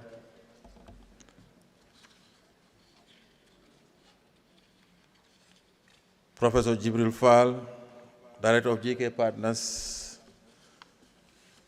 the special guests, Mr. Chuku Emeka, and the keynote speaker, Professor Sala. Members of the National Assembly here are present, members of the Diplomatic and Consular Corps here are present, venerable religious leaders. I also recognize the presence of our former Minister of Finance, service chiefs, senior government officials are present, and I think I saw the executive coordinator of Banjul, the media, all other protocols duly and respectfully observed. I take this opportunity on behalf of His Excellency the President Adama Barrow to deliver this statement. As usual, he wished he would have been here, but has asked me to represent him. On 23rd September 2017, when I announced the Gambia's first ever diaspora policy at a town hall meeting in New York. I declared that 15 December to 14 January shall be the Gambia Diaspora Month. In the past 8 years, this period witnesses a joyous celebration of homecoming, a full calendar of diaspora engagements, and a noticeable boost in diaspora tourism and the many benefits it brings to the local economy and the cultural industries. On 15 December 2024, the Minister of Foreign Affairs issued a statement launching the 2024-25 Gambia Diaspora Month, which culminates in today's annual gathering, the 8th Stake in the Nation Forum, that's SNF8. Constancy, consistency, and continuity are core features of institution building. Therefore, I thank Professor Jibril Fall and the GK Partners team for bringing us together once again and for funding this national event. This year, SNF is also supported by the European Union and International Organization for Migration. We express our gratitude and thanks to them. We also reiterate our thanks to the government of Switzerland for co-funding the first 3 phases of the Migration and Sustainable Development in the Gambia project between February 2017 and June 2024. Amongst other things, this enabled the Gambia to become one of the champion countries for the UN Global Compact for safe, orderly, and regular migration. Within this GCM framework, MSDC is recognized globally as an innovative and impactful model of good practice. It stands as an example of how countries can move from mainstreaming to institutionalizing diaspora participation in national development. In May 2024, the World Economic Forum published an article recognizing the Gambia's leadership in this field. We now invite our development partners to support the 4th phase of the MSDG project, which runs for 5 years from July 2024 to June 2029. 2025 is the year that the United Nations convenes the 4th International Conference on Financing and Development, as we had earlier, to be held in Seville, Spain between 30th June and 3rd July of 2025. The outcome document will replace the 2015 Addis Ababa Action Agenda as the global framework on development finance. It is important that the role of the diaspora and innovative finance is prominent in the consultations, proceedings, content, recommendations, and commitment of FFD4. Distinguished guests, ladies and gentlemen, the Gambia is a small country with big migration, as we had earlier. And when Professor Jibril Fall, when you talk about after, I'm always, and I'm sure Mr. Gay, who is also there, can always associate with that. We are acutely aware of the significance of diaspora finance to the welfare of families and communities and the development of the nation. As such, working with GK Partners and the MSDC project, the government of the Gambia took a leadership role in the formulation and implementation of global policies on migration, diaspora, and development. As part of the Road to Seville FFD4 deliberations, the Gambia has dedicated the 8th Stake in the Nation Forum to the theme of diaspora, jobs, and the financing for development. In line with our diaspora policy and the strategy and work plans of the Gambia Diaspora and Migration Directorate, the government will continue to champion innovation in diaspora investment and development. In 2020, during the COVID-19 pandemic, MSDG piloted a Diaspora Development Fund. As of the last audited results in June 2024, €500,000 in cash, equivalent to $37 million, was awarded as grants to 74 projects. These projects were led by diaspora professionals who work with local partners in rural and urban Gambia. The projects in turn generated €4 million, equivalent to $295 million, through cash and in-kind co-finance from the diaspora, government, and other partners. The 2022-24 DDF projects created 576 jobs, of which 78% were in the rural areas. 70% of those employed were women, and 60% were young people under the age of 36. In 2024, the Central Bank of the Gambia launched the National Direct Investment Innovative Finance Mechanism. The NDI promotes public and diaspora participation in equity-based financing structures to fund development projects. Consultations with diaspora communities have started already. Similarly, in 2024, the Minister of Finance launched the implementation phase for the innovative local currency, project-based, government-backed, fintech-enabled diaspora-targeted bonds. These bonds will facilitate diaspora participation in local resource mobilization, project financing, and mitigation of foreign currency shortages. We look forward to the first DTB issuances and projects. At a continental and global level, the Gambia continues to play a crucial role in diaspora policy. We champion the Africa Diaspora Finance Cooperation Framework as an African Union continental legacy project, as set out in the Global African Diaspora Summit Declaration of 2012. ADFC was endorsed by the African Ministers of Finance in December 2021 and adopted by the African Union Executive Council in February 2022. It features the Remit8 Remittance Match Funding Initiative finance mechanism, which will be launched as part of the Road to Seville FFD4 deliberations. We note with national pride that both Remit8 and ADFC were initiated and developed by GK partners under the leadership of our own compatriot, Professor Jibril Fall. United Nations has granted special accreditation to GK partners as one of the private sector delegates to all the FFD4 deliberations and summit. Excellencies, ladies and gentlemen, and members of the Gambian diaspora, as always, it is my honor and pleasure to express the thanks of a grateful nation to the Gambian diaspora. Irrespective of the challenges you face, the queries you have, and the frustration you feel from time to time, your commitment and support to our beloved Gambia is marked by constancy, consistency, and continuity.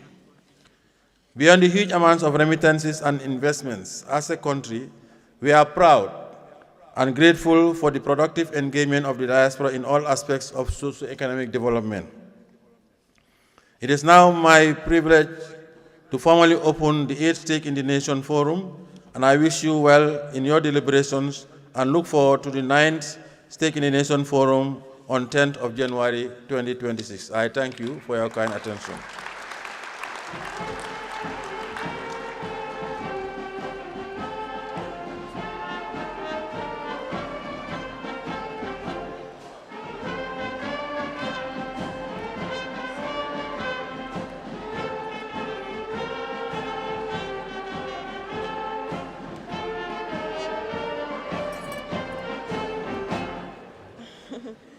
Your Excellency, we thank you for delivering the statement, and we ask you to convey to the President the thanks and gratitude of GK partners and the MSTG project for the continued cooperation and support. Honorable Ministers, distinguished participants, here in the Sadauda Kairaba Conference Center and those watching online, we have now come to the end of the opening session of the 8th Stake in the Nation Forum. We invite His Excellency, the Vice President, and members of the High Table to kindly join us for a family photo session at the OIC reception. Protocols and ushers kindly help us to assist in this endeavor.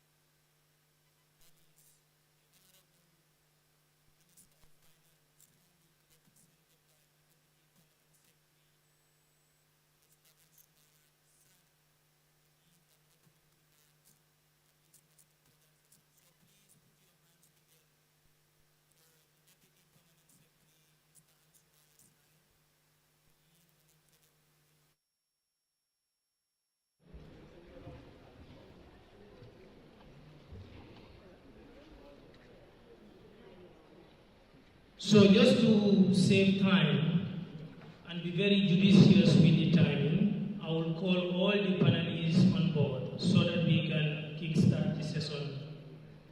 So the next on the itinerary is Ms. Ajikumba Dafe Ka, who is the founder and president Treasure Women Warriors. We believe women are stakeholders in national development, and therefore we cannot leave them behind. Thank you so much, and you are welcome. Next panelist is Mr. Momodou Njai, Senior Advisor to Central Bank of the Gambia Governor. Mr. Momodou Njai, you are welcome. Please give a round of applause.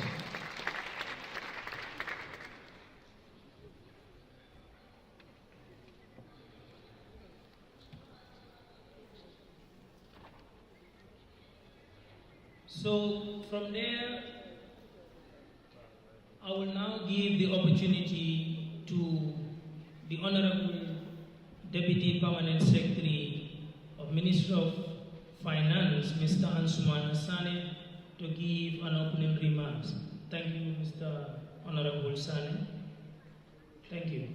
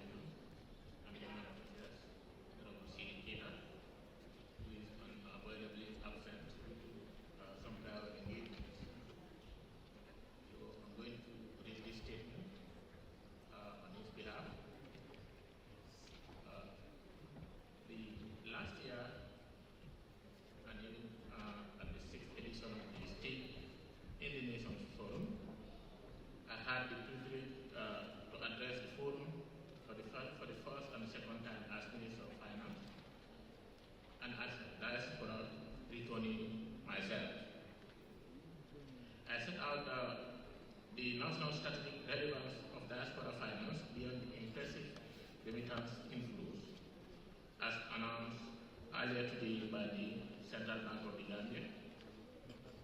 Through the government's partnership with GK Partners and MSDG Technical Cooperation Program, the Gambia is emerging as a recognized leader in different aspects of diaspora finance and investment.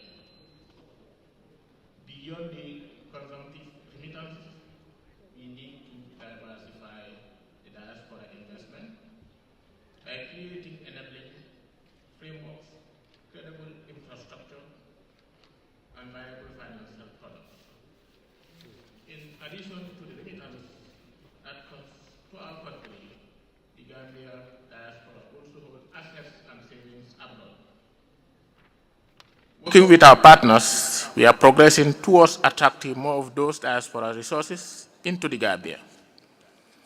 These resources, the volumes of public and private foreign financial inflows, diversify the types of development finance, strengthening the culture and practice of self-help, and leverage the counter-cyclical nature of diaspora finance. This endeavor has become a bit easier due to the existing democratic dividend. A significant part of the Gambian diaspora are now bringing in their resources, undertaking diverse forms of productive ventures, and contributing to national development without fear of undue interference, unfair obstructions, or foul play. I am pleased to report that there are researches and consultations that have been completed, and a full project plan for the diaspora targeted bonds were produced. My ministry had the honor to convene the project plan validation some time ago, and we are grateful to all stakeholders meeting. Diaspora targeted bonds are project-linked, fintech-managed, and local currency financial products, fully integrated with the Ministry of Finance resource mobilization targets, schedules, and ceilings. These bonds will attract and incorporate diaspora financing within the local resource mobilization programs while introducing investors to other forms of regulated portfolio investment products. The diaspora targeted bond scheme will not address all our challenges, but it is an innovation that can have a positive transformative impact on the public development finance and foreign currency sector. It is also timely as the CBG is making progress in setting up the capital market structures, including stock exchange, where these bonds can be traded. The feasibility and viability, strengths and weaknesses, opportunities, and threats of the diaspora targeted bonds have all been studied in detail, and the professor here leads some of these works. Professor Fall, who has served as an African Union lead consultant on diaspora and innovative finance and have over 30 years under his belt. The diaspora are also interested in type of projects that can be funded in local currency diaspora bonds. These projects obviously include the small, medium scale housing for our public officers and local people. As I conclude, I also want to acknowledge the phenomenal success of the Diaspora Development Fund, and I congratulate the Diaspora Fellows for their tireless work and thank them for their cash and in kind, and I am pleased to inform you that my ministry and GK partners have started discussion on how to move on these investment avenues. I will conclude. I'm pleased to be here to continue on the dialogue and to respond to any issues and hear comments and suggestions. Thank you all for your kind attention. Thank you. Thank you so much, Mr. Honorable Ansumana Sane, for giving us that insightful deliberation. Before we proceed, I would like to give a glimpse of the topic of our discussion here, that is implementation of Diaspora and Innovative Finance Initiative. The United Nations Fourth International Conference on Financing for Development, FFD4, will be held in Seville, Spain in 2025. And the outcome document will replace the 2015 Addis Ababa Action Agenda. As a global framework, it is important that the role of diaspora and innovative finance is included in the consultations, proceedings, content, recommendations, and commitment of FFD4. According to data from Central Bank of the Gambia, CBG, and the World Bank, the Gambia has the highest dependency on remittance in Africa. As a small country with a big migration, the Gambia is an innovator and pioneer in many aspects of diaspora development. In line with the leadership role, the Gambia has dedicated the 8th stake in the Nations Forum, the SNF8, to the FFD team, focusing on diaspora, jobs, and financing for development. That is to give a glimpse of the topic of discussion on this most important session, but also to make this discussion very inclusive and participatory, that I will give you a rundown of how this session will unfold. That is to say, as the moderator, we will make it inclusive, where the panelists will give their honest opinion on various topics that will be discussed. And also, I will now open the floor for the audience to ask questions, and therefore expect the panelists to give their answers onto the various questions and answers. So on that note, every individual that is to ask questions will be given 2 minutes, your name and your designation, and please be brief and be economical with your questions to avoid being lengthy as well.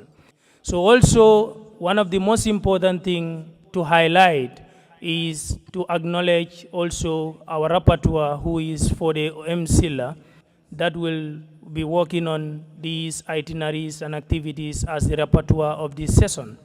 So now, among other things, the workshop will discuss: 1, Diaspora and Innovative Finance Initiative being piloted and implemented in the Gambia.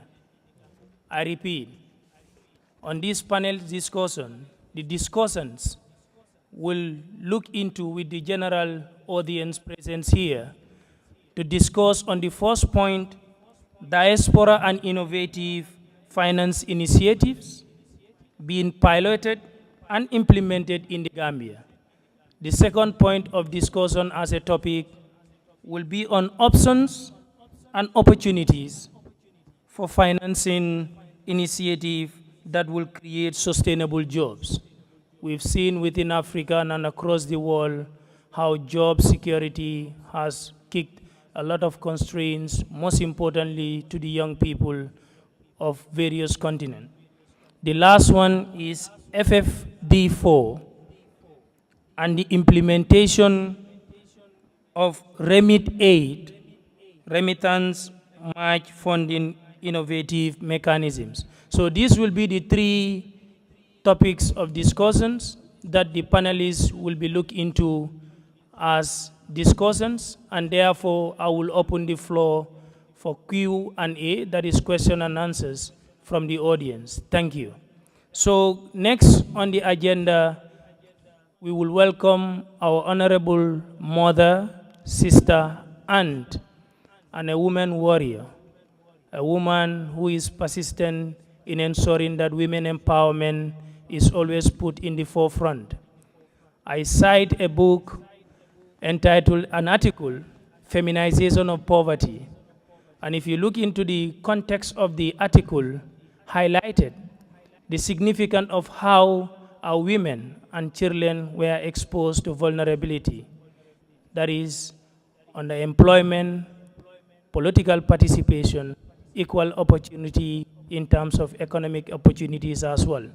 And I believe having women in the forefront will always give us a hope that the Gambia, the nation, the continent that we all yearn for, at the end of the day, will proceed, either by hook or crook. So therefore, I welcome Madam Aji Kumba Dafeka, who is the founder and the president. These are 2 nomenclatures and titles which are very powerful. Treasure Women Warriors. Welcome, Madam Aji Kumba Dafeka, and please give a round of applause to Madam Aji Kumbaka. The floor is yours to give an opening remarks. Thank you. Assalamu alaikum wa rahmatullahi ta'ala wa barakatuhu. My name is Kumba Dafeka. I am the president of the Treasure Women Warriors, Jambari Jigeni, a women-led organization, now a youth and women-led organization with over 7,000 women all across the country. Agriculture, 60% of the Treasure Women Warriors are farmers. I became a farmer 5 years ago. I clean up nicely, but believe me, I am a farmer. I am also this year Rural Farmer of the Year by the Gambia Women Chamber of Commerce. This is important because I'm also from the diaspora. I came to the Gambia in 2017.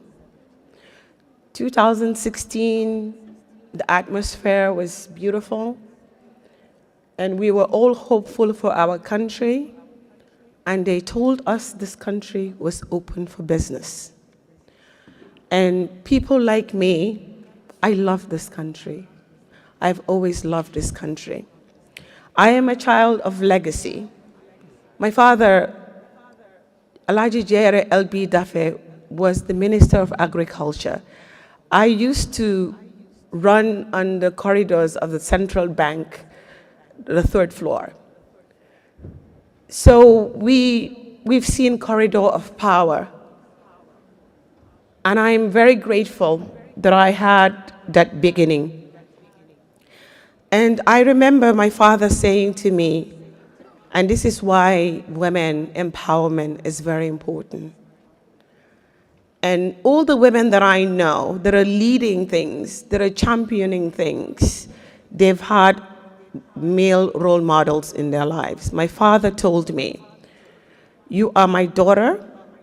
I have given you everything for you to be successful. I've educated you. I've empowered you. I've sat you next to me. You can do whatever you wanted to do. So I am the first man to tell you that you can do whatever you want to do. So let no man come to you." I was 12 when he was telling me that. Tell you what you can do and what you cannot do. You can do it. So we stand on the soldiers of great men, men of legacy, men that have built this country. I remember one time I sat with him at the veranda. I said, "Dad, you guys made a lot of mistakes in this country." He laughed and said, "Someday, may God give you the opportunity to lead. And when he does, then you will understand that we did the best with what we could." And today, as I am leading over 7,000, 8,000, up to 10,000 women, I now understand that they were doing the best with what they got. And I think as diasporans, it's very, very easy, very convenient for us to talk about what is wrong about this country and what could be done to remedy the issues that we face in this country. But coming to the ground, as a diasporan, I am part of the Diaspora Immersion Program. The diaspora is the greatest resource any country has. I will say that again. The diaspora, it is the greatest resource this country has. And for this country to harness the opportunities and the power that are bestowed unto them. A few years ago, when I was 17 years ago, I went to the United States to get an education. This education was supposed to prepare me to come back to this country. This education was also, I should build wealth. So in building wealth and getting the education, now I am back in my country to share the wealth, to establish an institution, and also to give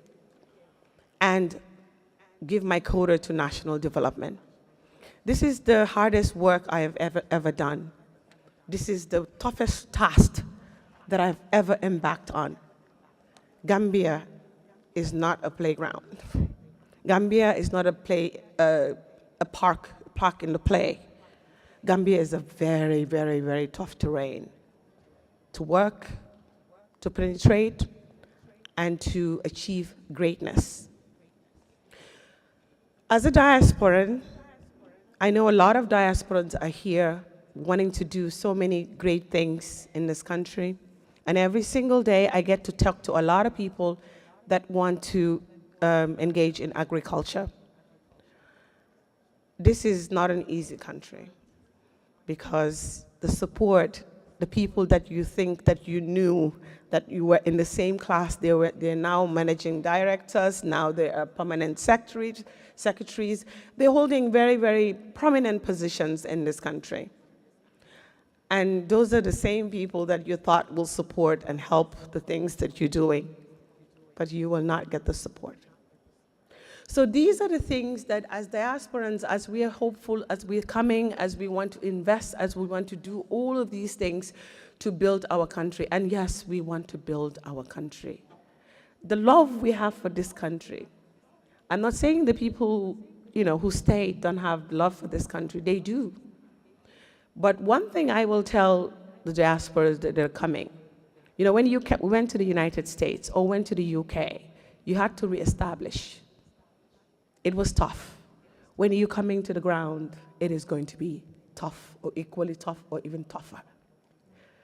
So you are not coming to say, oh, I'm educated, or I have money, I will be listened to, opportunities will be created. People don't care about your money.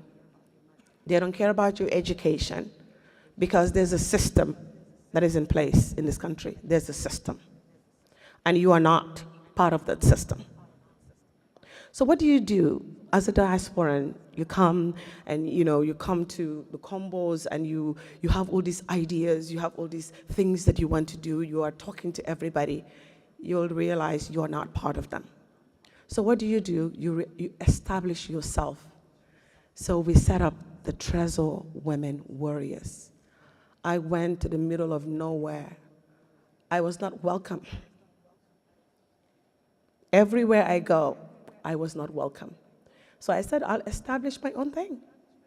So the other founder of the Treasure Women Warriors, this is where people in the ground, it is very, very important because you can't just come and navigate through all of these things by yourself. Honorable Sendibai, who happens to be now the deputy governor of Central River region, became my ally.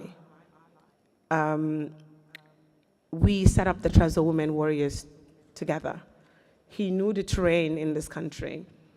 He introduced me to every nook and cranny of this country.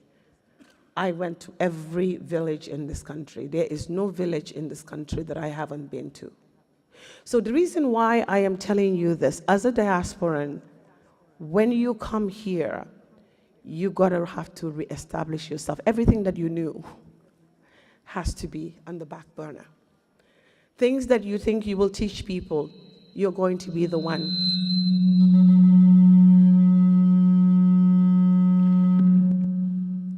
You're going to... Hello.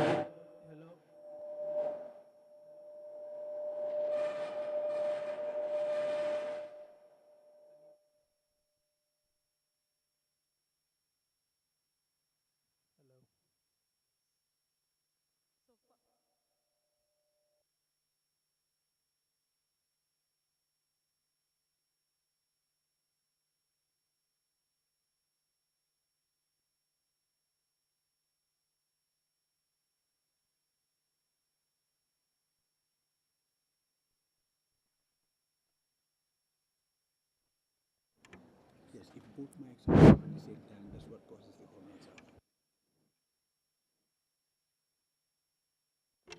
So fast forward, because it's a great story to tell, because I know there's a lot of people that are always asking me, how did you do it? How did you do it? Honorable Senimbai is here. I remember one time I said to him, this has to be divine. This has to be a calling. Because the difficulties that we face, when I first came, I wanted to study the environment.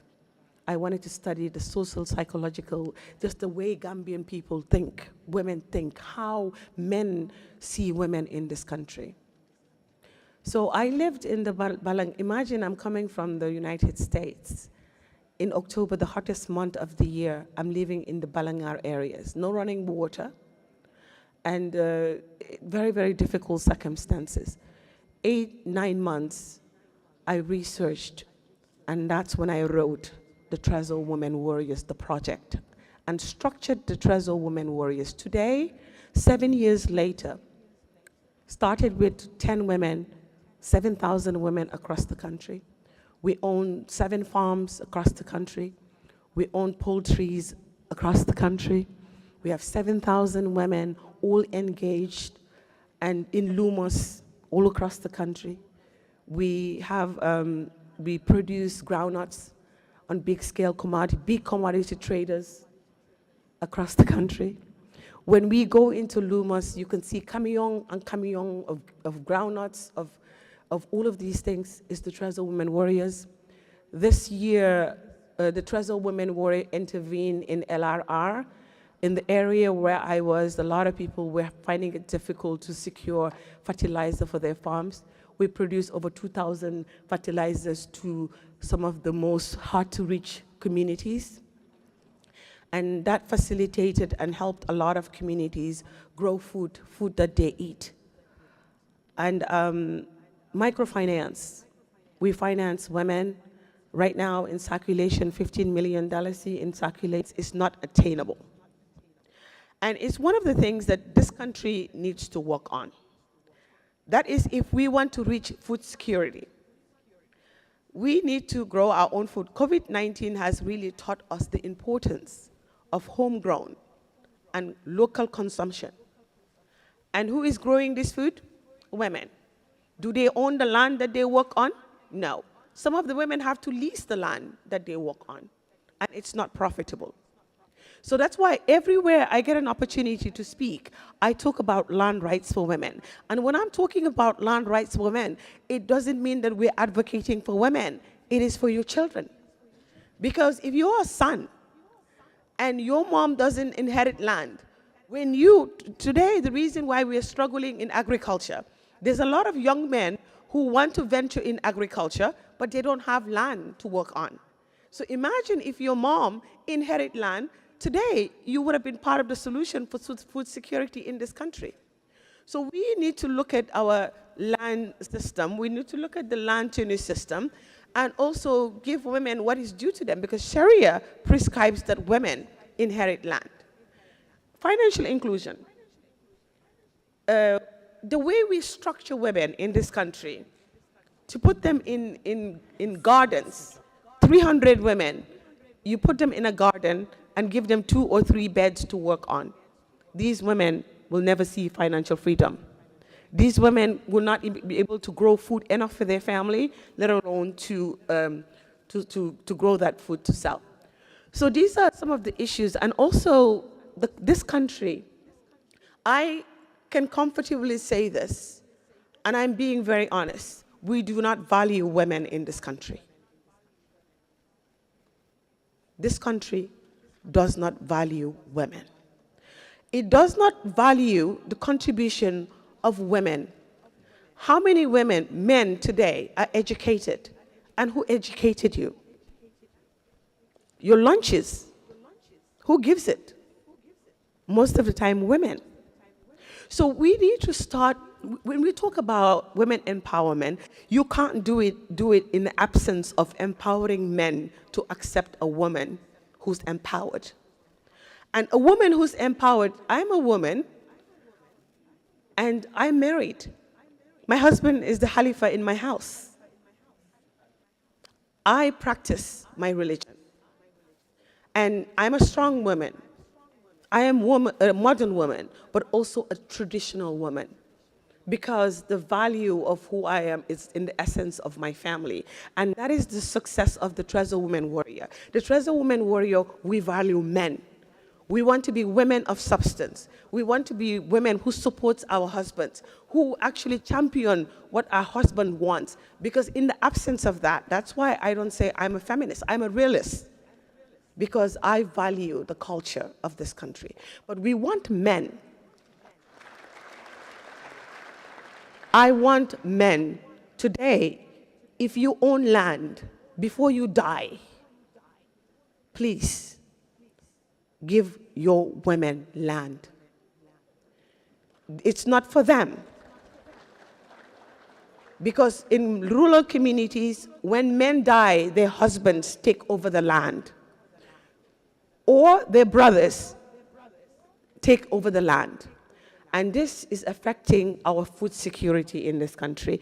It's one of the challenges that I wanted to highlight. And when projects come to this country, we need more women to manage these projects so that women can also have a stake. We can do it because we did it with the Treasure Women Warriors. The Treasure Women Warrior this year, we mechanize. In my community in Lower River region, imagine I am a woman sitting at the headquarters that we built ourselves for $9 million. The Treasure Women Warriors headquarters is in LRR. Men came in there for support. Threshing machines. We send threshing machines all over in the regions where we are so that the farmers, their produce will not be spoiled in the bush. Treasure Women Warrior did that. Treasure Women Warrior distributed fertilizer all over, and it's women leadership. So representation matters. We need to sit in tables where decisions are being made. And the opportunity, you the men, need to give us that opportunity. Thank you so much. Founder, the President, you made a very good, wonderful deliberation. Just to furnish and add more flesh to the skeleton to make it a complete human being is looking at the struggle for independence from 1894 to 1965, from the ancient time, medieval to contemporary moments of our time of politics in the Gambia. It is gradually coming up. We live in a heteropatriarchal society, unless we accept that.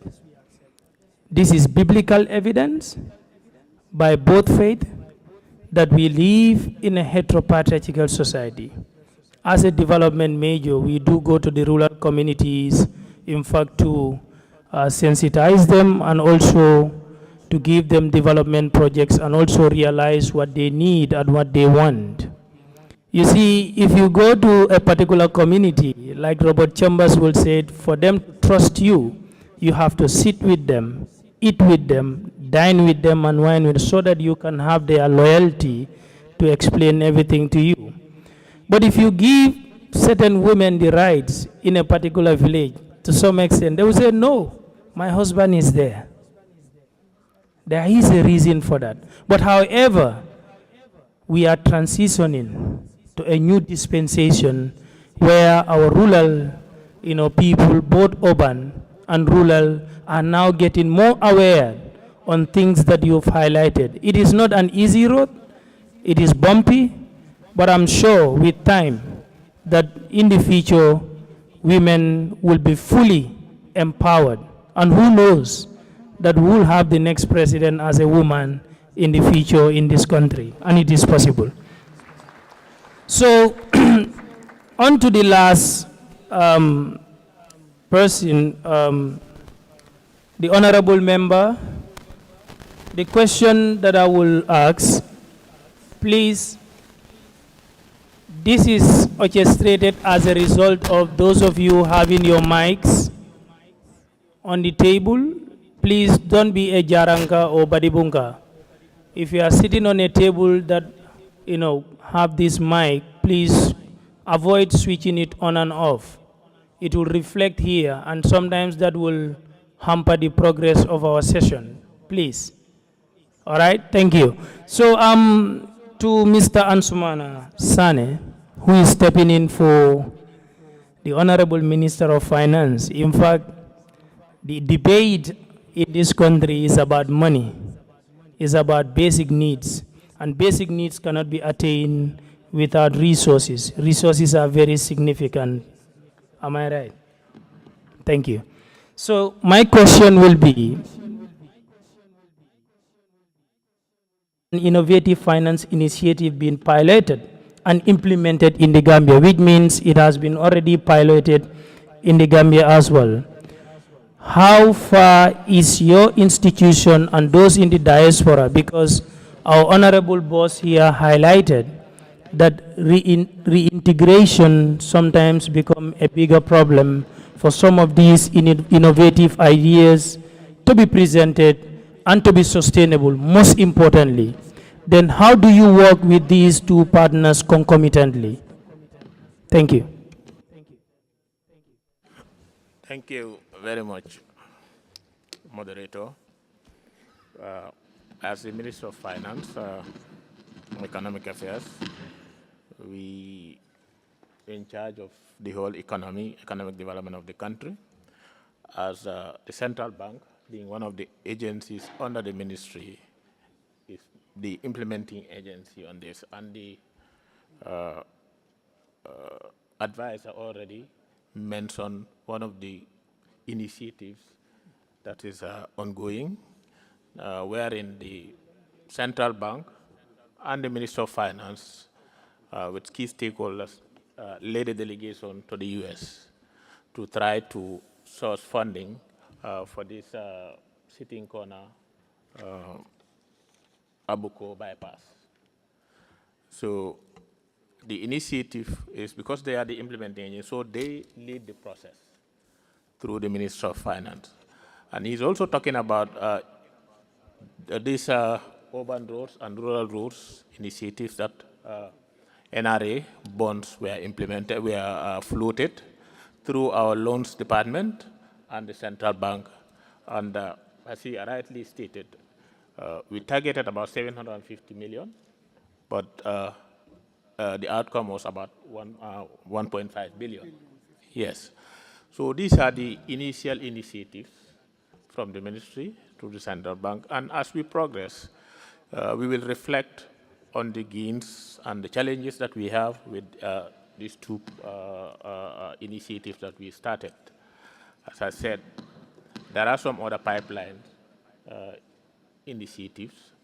Look, it's a developing country, and we have a whole area of developmental needs that we have, not only in the infrastructure, in the road side, even the ICT sector, even the energy sector.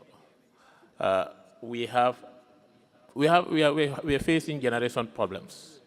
You know, we could come together with initiatives like in the energy sector, even the renewable energy sector, wherein we can come up with projects, mega projects, wherein the diaspora can come in, own their own generators, operate them and sell them to NAWEC.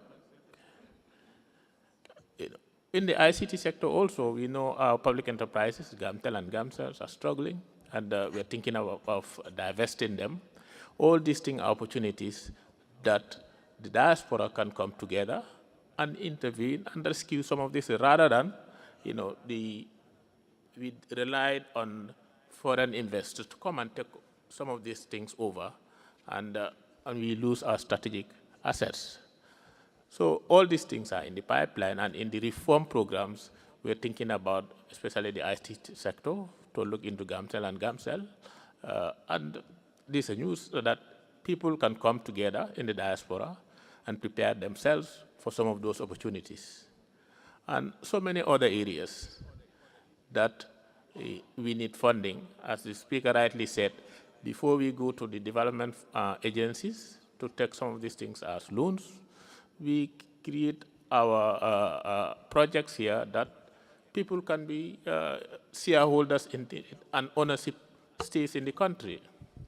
So I think these are the two major initiatives that we started, and as we progress, more of them will come out.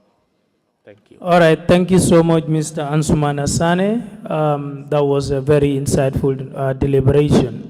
To the final phase, before we move to the next agenda, will be Q&A, and we will take 3 questions from the audience, Then I will hand over the mic to my honorable boss, Professor Gibril Fall, to take us to another session of this most important event today. So can we have 3 people from the audience? And please, your name and your designation.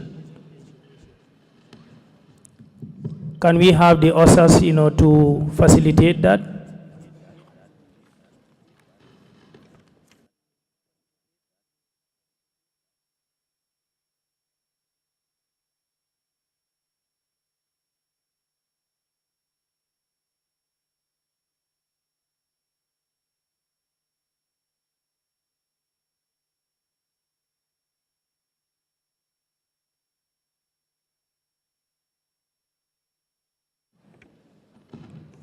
Okay. So 3 people will be identified. The gentleman with the mic, I will have to be semi-dictator here, and please permit me if I am. I am born in around 1994. We need, yes, the lady over there.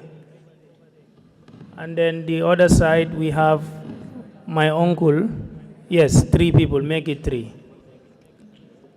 So 3, 1, 2, 3.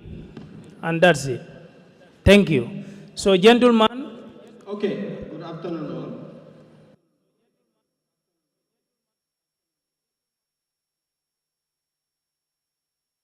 all. Us, we are Foundation for Health and Safety Measures Network. We are here to advocate for the health and safety measures.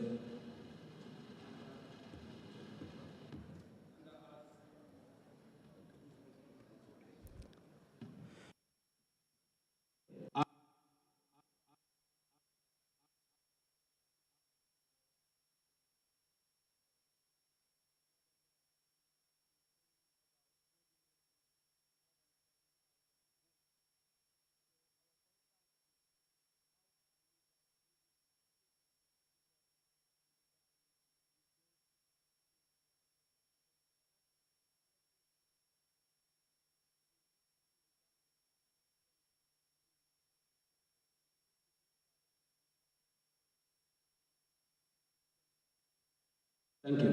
Thank you so much, my honorable brother. Madam, she's rightly emphasizing about PPE, personal protective equipments, in every institutions. In fact, it is important to provide those safety needs for this significant number of people. Where there is human interaction, there is need for health and safety. So that is the questions he is trying to ask. Safety is in the forefront of everything that we do. We're farmers. That's why on the farms we wear gloves. We also wear protective boots so that we'll be protected from snakes. And also the Treasure Women Warrior, you talked about health concern. The Treasure Women Warrior, every year we do a clinic where we have oncologists come from Senegal to go to the different regions where our women are, and they get tested for cervical and breast cancer. Because it is very, very important that before you can work, you have to be healthy and feel good. And that's the reason we also are a big advocate for women's health, because women's lives matter. And these are all challenges that we face, and we do a lot of sensitization for women to be aware about their bodies and also get tested and get checked all the time. So wherever we are, we're talking about safety precaution and measures. And in the farms, wherever we are, we're protected. Gloves, the proper shoes, and also when we are applying fertilizer, we also do a lot of training on that so that women will not be affected their health with fertilizer and chemical. Yeah. Thank you so much. Can we have the second person? Your name and your designation. Thank you. Good afternoon, everyone. My name is Yahya Jammeh. I am a final year political science student at the University of the Gambia. So before I get to my question, there's just one thing that I want to point out, since we have some executive members of this country here today. Hello. That we've mentioned from the beginning of this session that Can- the Gambian diaspora, that the Gambian diaspora commits more remittances to its country than other African countries. And the question that I wanted to ask with regards to that is that why is it still difficult for the diasporans to vote in Gambian elections? And to get to my question, my question is directed to Ms. Is your question double-edged questions or double-sword-edged? A contribution. Oh, we are in the question and answer session. So should we take it as a question?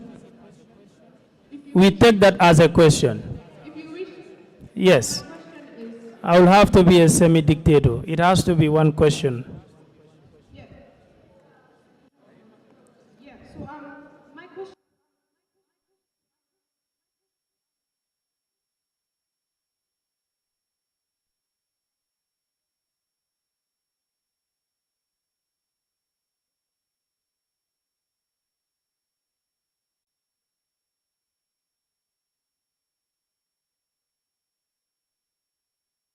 Let's wake up in the morning and go to the farms to feed us and finance our education. So my question is, what are some of the long-term economic goals for Treasure Women? You mentioned that you have plans of establishing a tomato factory. And the reason I ask this question is because it's difficult to have one single economic path in this country. Diversification is very important in the Gambia, especially when we want to get to a point where we'll be able to export, and that is very important to helping our economy. So what are some of your long-term economic goals and some of the challenges that you face, especially with regards to economic policies,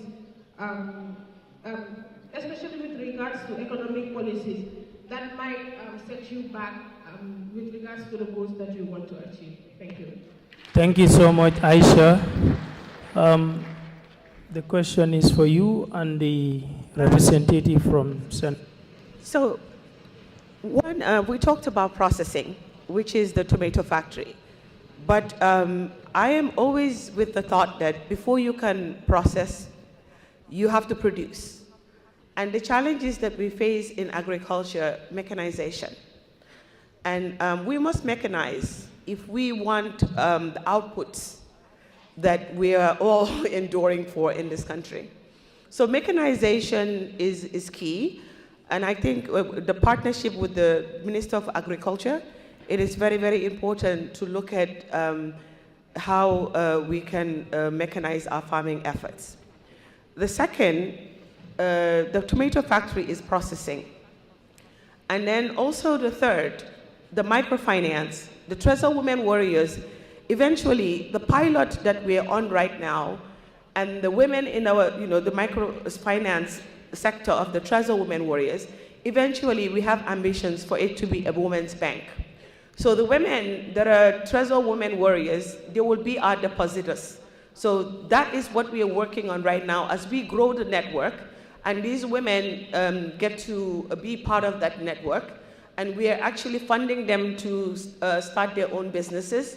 So eventually, this will become a bank where we will be funding our own projects. And so we are hoping the Treasure Women Warrior is looking into, within the next 10 years, to raise about 100 million, and then another 100 million will get funding, and we'll be able to establish our own women's bank so that we can fund our own projects. So that's also in the pipeline. Thank you. Thank you. Can we have a representative from either Central Bank of the Gambia or Ministry of Finance to answer that question? Okay. I think the question was economic goal of Treasure Women and its challenges. But from the Ministry's perspective, from the Ministry of Finance perspective, everybody can attest to that. We have so many projects in the pipeline, so many projects in the systems that are coming out to help in agriculture. As Madam rightly stated, even Ruth project recently is coming up with supporting farmers, youths and women entrepreneurs, with counterpart funding, and during the last tour, I think almost about more than 20-something million we are offered to farmers, mainly women and youths. So from the perspective of the Minister of Finance, agriculture is a priority sector for us. We have more than almost 10 projects that we are funding in agriculture. So in the RFNDP project, in the RFNDP document, agriculture is a priority, and the ministry is, but that is from the government perspective. I think what we can do, we need more of Treasury women's initiatives in the sector, because agriculture is now been the private is more lucrative in the private sector than government intervention. So we will encourage the diaspora, like the lady did, those with the skills and the ideas and the funds to come and invest in the agricultural sector to be able to get to where we are. That is the initiative of food security, because food security is the basic thing that will kick off every economy. So I think the government is definitely, agriculture is a priority for the Minister of Finance. Thank you very much. Thank you so much. Can we have the Honorable to ask his question? Thank you. Thank you very much.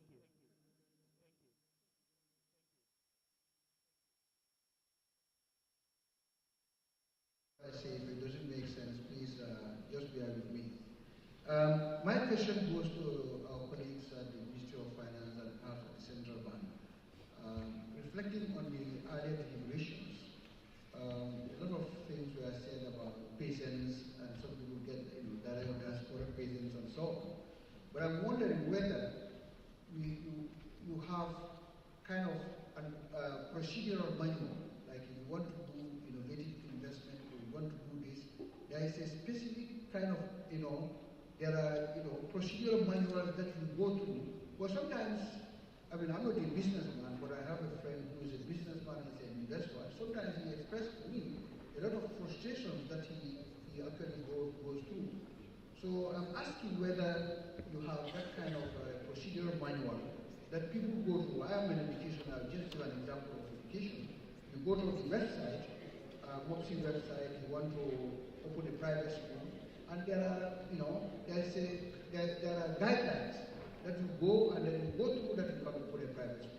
So I don't know whether you have that kind of, operational guidelines for people who are in the diaspora and they really want to make certain kind of investment or input in the Gambia. Thank you very much. Thank you so much. Can we have that question attend? Thank you so much. That's a very good and important question, especially in relation to this SNF8 today. But I think the missing link here is the missing panel, which is Gambia Investment and Export Promotion Agency. I believe they have a desk related to diaspora investment, and they have procedural manual for not just diaspora, but investment. Foreign investors can always engage GIPA to get information. In terms of central bank, we are just into the diaspora remittances and also innovative financing to support development, economic development of the country. Maybe the Minister of Finance can add. But I think GIPA is the right place to consult, and they are missing as a panelist in this session. Thank you. No, Mr. Jai, you are right. I think so, because from the panelists, they should have been here. I know they have their procedural manual relating to investments in the Gambia. So they would have been the best institution to guide us on that. But obviously, GAIPA have something in place. Thank you. Thank you so much. That brings us to the end of this most important session, and I will want to seize this opportunity to thank the panelists for that insightful deliberation, and also to the audience, respectful individuals present here from the President, the Vice President, the ministers, dignitaries from several institutions, the academia, civil society organization, and most importantly, the police bands present here. I thank you all, and I wish you all the best. Until then, I will now hand over the baton to my own humble man, Professor Jibril Fall, to move on with the other section of this most important discussion. Thank you, Mr. Honorable Jibril Fall. Thank you.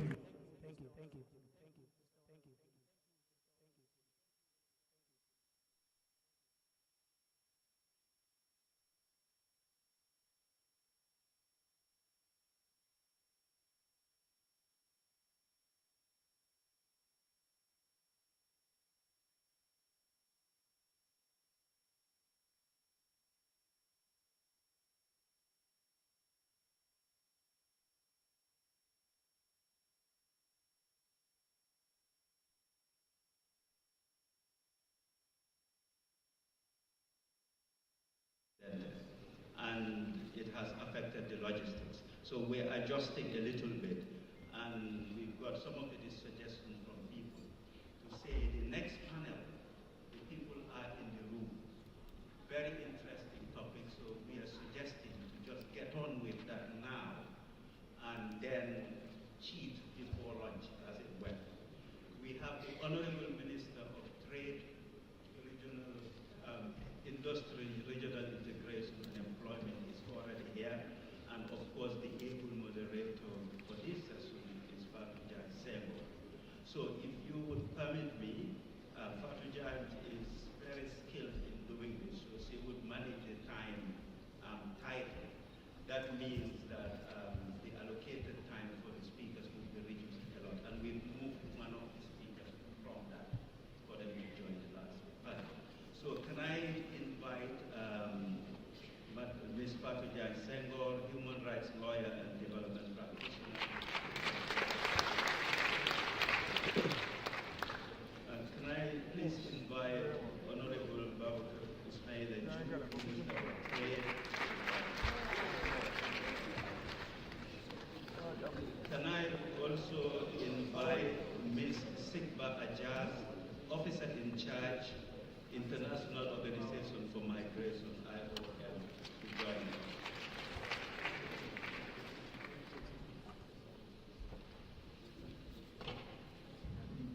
Ministry of Industry and IOM, you can flank the moderator. Can I please ask Mr. Usman Sane of the Department of Labor to join us?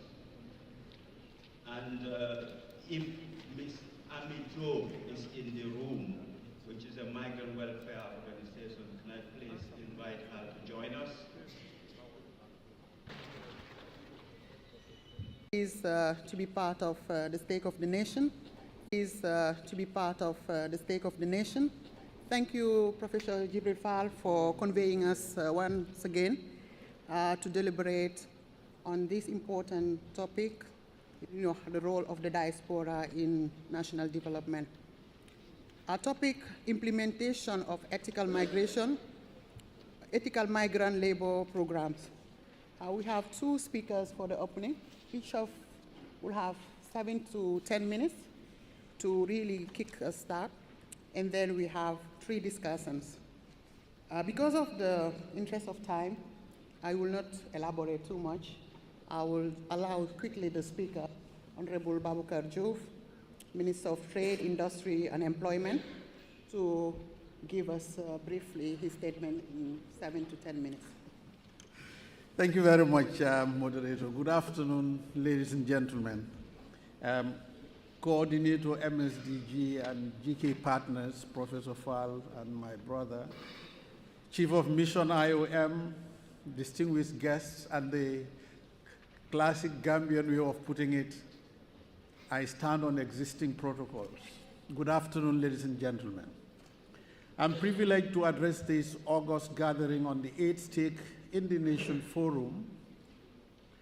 It is indeed heartening to see such a high-level gathering of dignitaries, senior officials, and different stakeholders discussing contemporary issues that affect our participation in nation building. This is a true reflection of the commitment of the stakeholders to jointly promoting employment opportunities and decent work for all in the Gambia and beyond. The theme, implementation of ethical migrant labor programs, is critical for my ministry and government of the Gambia in addressing the unemployment and underemployment, as well as promoting safe, orderly, and regular migration. Today, Madam Chair, irregular migration is one of the major challenges affecting our country. And in Diaspora and the ministries, departments, and agencies of the government of the Gambia, and a diverse range of non-state actors to discuss issues affecting our country. I commend our development partners, particularly IOM, for their contributions and support to my ministry and the Department of Labor. IOM has supported the Department of Labor with job centers in Fajara, Basse, and now Brikama, Farafenye, and Soma. These job centers will serve as local public employment offices and will provide free public labor exchange and job search assistance to individuals seeking employment and employers seeking workers. Further to that, they shall provide labor market information, career counseling and vocational guidance, labor mobility and migration, monitor and regulate private recruitment agencies, and provide advisory services to job seekers, employees, and employers alike in the regions. These measures, Madam Chair, being taken across the country, it is hoped will help curb the rural-urban migration in search of employment opportunities. They shall equally support my ministry in developing the next series of tools or strategic labor migration documents, such as labor migration strategy, pre-departure training manuals, ethical recruitment guidelines, standard operating procedure guidelines, code of conduct for private recruitment and employment agencies in the Gambia. The audience may want to take note that these documents are all in place at the moment, although a review of all of them will urgently be carried out of some of them or all of them to align these instruments with the new phenomenon of bilateral labor agreements. I also want to put on record our commitment to promoting fair, safe, and orderly, as well as regular migration, which remains the motivation behind our efforts supported by IOM to develop the above documents, and for information, they are available in the Ministry of Trade, Industry, Regional Integration, and Employment. Ladies and gentlemen, my ministry, through the Department of Labor, has sought to promote opportunities for women and men to obtain decent and productive work in conditions of freedom, equity, security, and human dignity, as spelled out in all related ILO conventions. Decent work goes beyond being employed. It includes the quality of employment that provides adequate income to keep workers and their families out of poverty. It is about basic rights at work and having a voice in decision-making. It is about having a social protection platform to face the challenges of life and a cushion during economic downturns. This is the reason why the government of the Gambia deemed it necessary to enter into bilateral labor migration agreements with countries in Europe and the Middle East to complement local remedies being provided to boost employment while reducing the unemployment and underemployment in the country. A collateral benefit of these schemes is expected to be curbing irregular migration by presenting those determined to venture an alternative incentive in regulated environment. We are aware that the thousands of our young people, both boys and girls and children nowadays, use the perilous journey, and anecdotally, hundreds have died in the desert and the Mediterranean Sea. This is a national emergency and tragedy that the government will not sit and watch without making efforts to address it or at least mitigate its impact. The Gambia is a pioneer. How many minutes have I gone? I'm good. Okay. The Gambia is a pioneer country in implementing the global impact for migration. It is believed that creating regular pathways is one way to address irregular migration.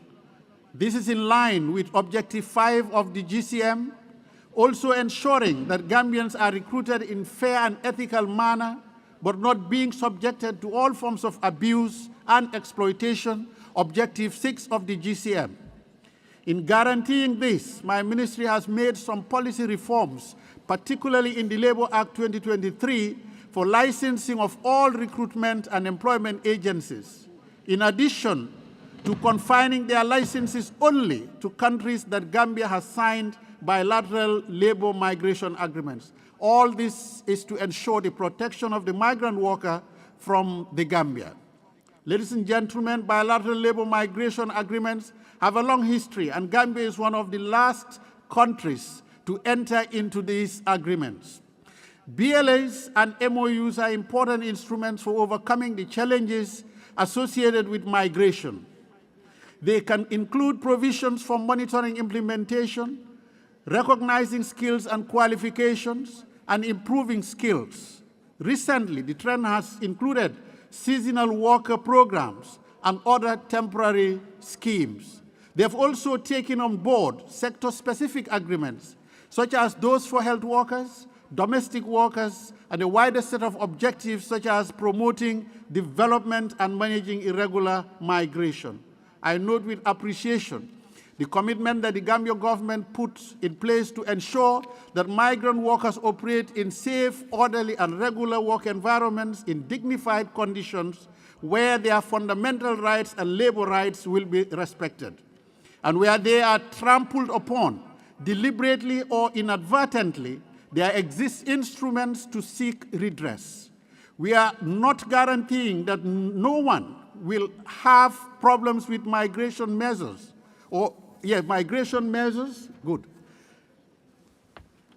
But we have something put in place to address such when they happen. The Ministry of Foreign Affairs and Gambians abroad and the embassies in these countries are key stakeholders in the implementing process, and these agreements will be implemented in tandem with their participation from inception. Ladies and gentlemen, I thank you kindly for listening to that statement. Thank you very much, Madam Chair. Thank you, Minister Juf. You stay with us at least 2 minutes. Thank you for sharing the policies. And I think we are very interested to hear that with all these bilateral agreements that are being signed, safety and the protection of migrants are at the heart. And we are happy also to see that there is a partnership with the International Migration. Ms. Sigba, who's the officer in charge, maybe Minister already mentioned some of these policies. Maybe it would be good to maybe tell us what are the mechanisms for implementation, but also importantly for monitoring to ensure that all these policies are not just in the drawers. Maybe you can focus a little bit on monitoring and implementation. Thank you very much, Moderator. First of all, the Honorable Minister for Trade, Industry and Regional Employment. Is it okay? My fellow esteemed panelists, members of Diaspora organizations, international partners, all other participants present here, and most importantly, GK partners who have given IOM this opportunity to partner for this year's SNF. All other protocols duly and respectfully observed. First of all, it's a pleasure for us as IOM to be standing here in front of you to speak on a very, very pertinent topic for the case of the Gambia, which is how do we promote and implement ethical labor migrant programs.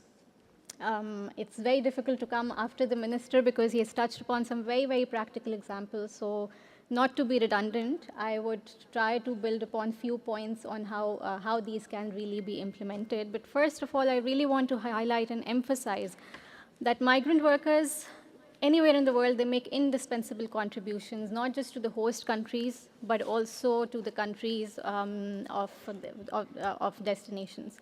And the contributions of migrant workers, they go beyond the transfer of remittances, and that's something that we really need to recognize, that it's not just remittances or economic contributions of migrant workers that benefit both host and destination countries, but it's also contributions such as social remittances, cultural remittances, and all of these other forms of transfers. They really greatly benefit economies, and in the Gambia's case, for example, in implementation of the recovery-focused National Development Plan. However, for any economy to fully realize the benefits, it is important that ethical migration frameworks are put in place to protect the rights and dignity of migrant workers and address significant challenges that they face, such as exploitation, limited rights, gender-based vulnerabilities. Overall, if I can quote you just general statistics, globally, it's about 25 million people who are in situations of forced labor. And of these 25 million, it's 1/4 are the victims of forced labor, are those who are international migrant workers, which really presents the gravity of the situation and it really highlights the importance of implementing ethical labor migration programs. It is really important to commend the efforts that the government of the Gambia has taken towards advancing ethical labor migration programs. And one of the examples that the minister here earlier shared is implementation and signing of these bilateral labor mobility agreements, or if we can also call them, there is another category, circular migration agreements. There are also skills mobility partnerships. So all of these agreements, if implemented effectively based on set criteria, based on international practices, based on human rights law, these are some of the most effective ways to ensure that labor migration practices, they're ethical and they're based on human rights practices.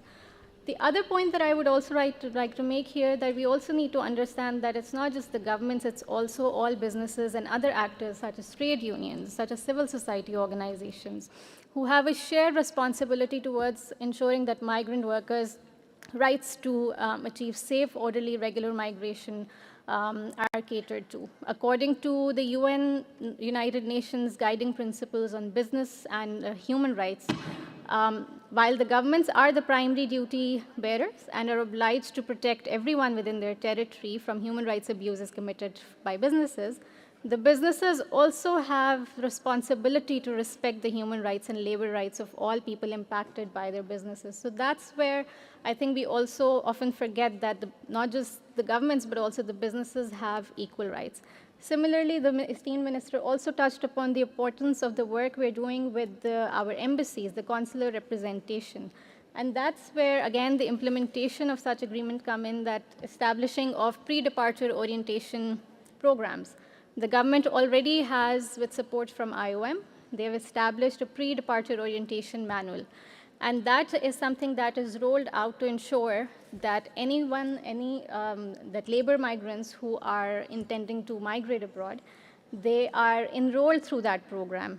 And one of the things that we strongly emphasize and encourage is that there is not just pre-departure orientation programming, but there is also post-arrival orientation programming, where the role of our embassies comes in really strongly. And that's something as IOM, we do that quite a lot with governments on both sides.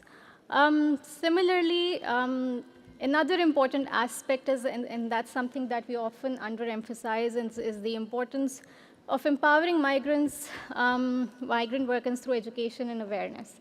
And this is where we also, since the platform is under SNF, I would also like to emphasize the importance of Diaspora's contribution, where one of the, for example, the programs that we are implementing is where we partner with Diaspora organizations who work with us to raise awareness on some of these for intending migrants. So Again, when we're delivering pre-departure orientation programs, we can also partner with diaspora organizations, not just in delivering pre-departure, but also post-arrival orientation programs. Moving on to the point that actually we started with on enhancing the monitoring enforcement of recruitment practices within the country. And this is what the esteemed minister touched upon, and I would like to again commend the government of the Gambia that they've established ethical recruitment guidelines, which are to be enforced on all private recruitment agencies, public recruitment agencies, and it's the enforcement of these guidelines which have been developed based on international standards. That is one of the very practical ways to ensure that your recruitment practices within the country, they're ethical. As a further measure, and this is something that the government launched at the National Employment Forum, was this SOP on monitoring practices of private recruitment agencies. So that's another very, very practical measure that the government has taken, where the government, it's not just delegating the entire responsibility to the private recruitment agencies, but they will ensure that the ministry and its departments, such as the Department of Labor. I have my representative from Department of Labor, who I believe will speak about this further, so I will not go into the detail. But that SOP particularly is a very strong practical example that if implemented effectively, that can really be a strong measure to ensure ethical practices are in place when recruiting migrant workers. And last but not least, I also want to emphasize on the importance of providing access to justice and remedy. We have a lot of migrant workers who often end up in situations, both in countries of origin and countries of destination, where they're excluded from state-based services and justice mechanisms. Due to often structural barriers, language barriers, discrimination against migrant workers, racism also often comes in. And that's where, again, the role of the government really comes in to ensure that there are mechanisms through which migrant workers can access justice and remedy-seeking solutions.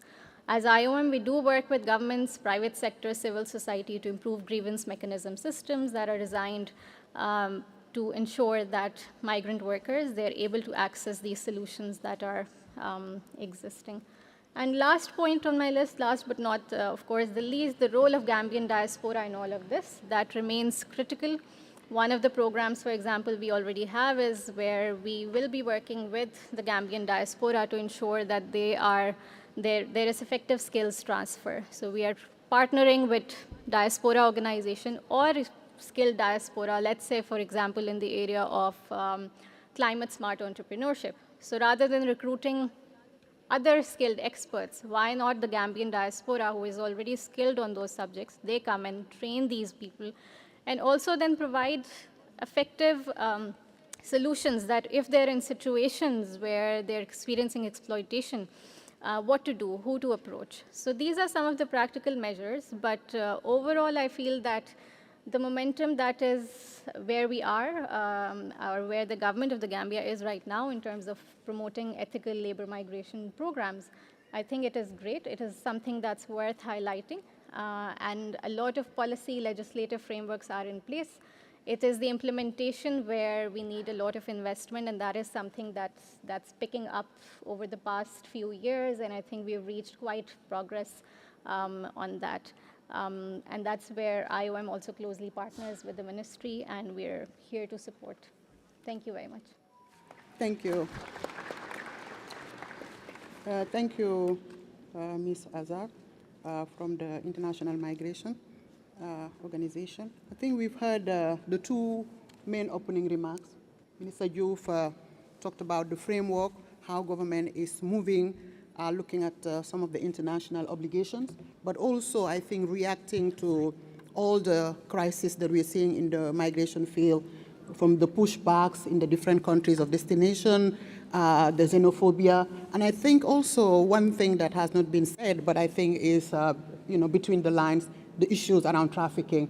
When we talk about filtering, ensuring that we monitor all those recruitment agencies, I think it's very important that we talk about trafficking, because we've known that many girls in this country have been affected. So we are very pleased to hear really that. And I think the last point also, the interface between how we can use the diaspora with their experiences in training, in terms of these projects is also important. And I think this forum is really the right place also to share those experiences. So it's good every year we come back, to, through the State of the Nation to hear some of these initiatives. When we hear some people say, oh, it's just a big gathering when people talk, I think there are solutions that we are creating. Things are happening behind the scenes, but also at the macro levels, I think we are developing policies in the long run that could help this country. After these main opening remarks, we have two finally. Usman Sane and Ms. Hadidiba.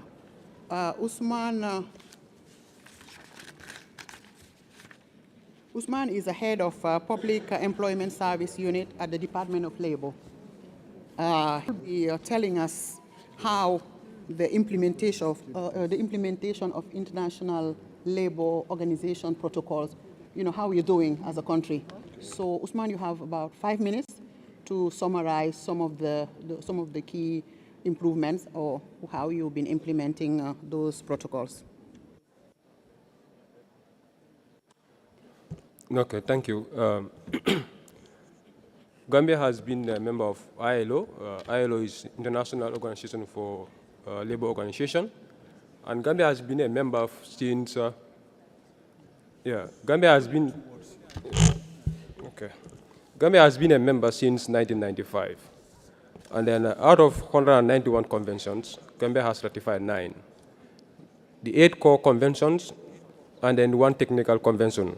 And then now the fundamental conventions are now 10, meaning that we have 2 more to ratify in order to ratify all the 10. And then these are framework that are developed by ILO during the International Labour Conference, because ILO is one of the UN agencies, a tripartite UN agencies that combine government, workers, and then employers, who normally come together, converge in a conference, and then agree on conditions regarding the world of work. So currently we ratified 9 out of 191 ILO conventions. And then these conventions are in grouping, because you have the fundamental conventions, you have the governance conventions, and then you have the technical conventions. So the only technical convention that we ratify so far is the Maritime Labour Convention 2006. However, this is a convention that is a combination of different technical conventions that has to deal with sea, shipping, and all stuff. Yeah, but so related to migration, there are 2 specific ILO conventions on migration. That is Convention 97 on Migrant Convention, and then Convention 143 on the Supplementary Migrant Convention. So these are the 2 specific conventions when it comes to labor migration. And these are the conventions that Gambia, we are yet to ratify them. But however, these are issues in this convention, these are things that we are practicing. In ratifying means, you have an obligation as a country to report on the things that you are doing with regard to those conventions on a periodical basis. Especially for fundamental conventions, you need to report every 3 years, and then technical convention, then you need to report at least every 5 or 6 years. Yeah, but the 8 core conventions that we ratify, 2 deals with fundamental, the freedom of association and the right to collective bargaining. We also ratify conventions on child labor, that's the worst form of child labor, and then the minimum age. We also ratify conventions on forced labor and then abolition of forced labor, and then we also ratified convention on discrimination and then equal treatment. So these are things, these are key in the world of work because these are fundamental that every worker should have the right to be associated, the right to be free, right to be not to be discriminated, not to be involved in a work that is against the law or that is subjected to forced labor. So these are things that are fundamental, and then as a country we ratify these things, and these are very important when it comes to labor migration.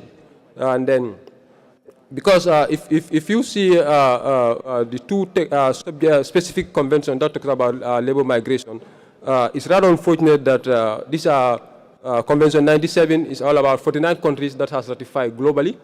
And then when it comes to Convention 143, it's only 23 countries that has ratified. Yeah, but particularly for 143, there are misconceptions, when it comes to countries ratifying, especially when it comes to the validity of the convention, the scope, the relevance. Some countries have,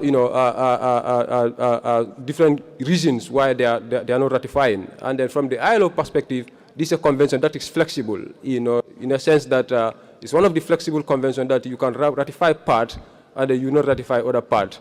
So depending on the issues in your country. Yeah, but when it comes to the issue of our migrant workers. 1 minute. You can conclude.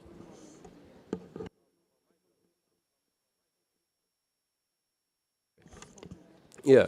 So now in implementing of these conventions is like we are fully reporting on the convention that we ratified. That's the 8 core convention, the 8 core convention that we ratified, and then the 1 technical convention that we ratified.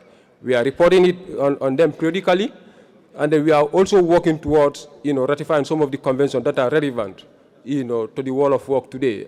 Because recently we even received, a request from ILO with regard to some of these conventions that we need to ratify. The Governance Convention, the Convention on Labor Inspection, the Convention on Employment Policy, the Convention on Tripartite Consultation, and other technical conventions, the minimum social security standard conventions. These are conventions that are very critical when it comes to employment. Because, for example, like we are entering into bilateral agreements with other countries, the portability of, their social security contribution at the end of the period, and then we are yet to ratify this convention. These are issues that, ILO has written to us, and these are things that we are meeting as a committee, because there's a technical committee on conventions that look into ILO conventions, and these are things that we are looking into to see, what are things that we should do, in terms of starting working towards the ratification of these conventions, because the world of work is moving, and then we as a country have to move with that space. However, that these are conventions that we haven't ratified, but we are practicing them. And then fortunately, Gambia is a country that doesn't discriminate. In terms of our laws, whether you are a Gambian, you are not a Gambian, as far as you are working in the country here, our laws protects you as how it protects our citizens. And these are things that are not common in other countries, and these are things that, ILO is happy to know that, these are things that are happening in the country, despite that we haven't ratified most of these conventions, but we are practicing them, and then we are also practicing them as per standards. Yeah, thank you. Thank you. Thank you very much, Usman. I think he gave us really a summary of where we are in terms of implementation. I think importantly, talk about how the country is moving forward in terms of adapting. The minister mentioned that we've changed the labor law, I guess, is in response to some of the convention we signed. But also, I think the reporting obligation, looks like we are on track. I don't know how far we are gone with the 8th convention, but I think it looks like the mechanism is, well set up, but we need to monitor and see how it's going. You mentioned something very important, I think, about the foreign workers in the country, but I believe also issues around minimum wage, issues around even the Gambian workers in the different, especially private sector. These are areas that are of interest to many young people who are leaving the country. So I think these are areas that we need to be looking into at some stage. Last but not least, I think everybody has been hearing about the cruise ship. Yes, I think, am I saying it right, Hadi? Yes, Hadi works there, and really she will explain to us. I'll give her 7 minutes because of, I think it's an interesting experience. The cruise ship, how, it has been helping to get Gambian young people to work, especially in the tourism sector, but also get experience from. So I'll give her 7 maximum to tell us the experience and, what is the way forward.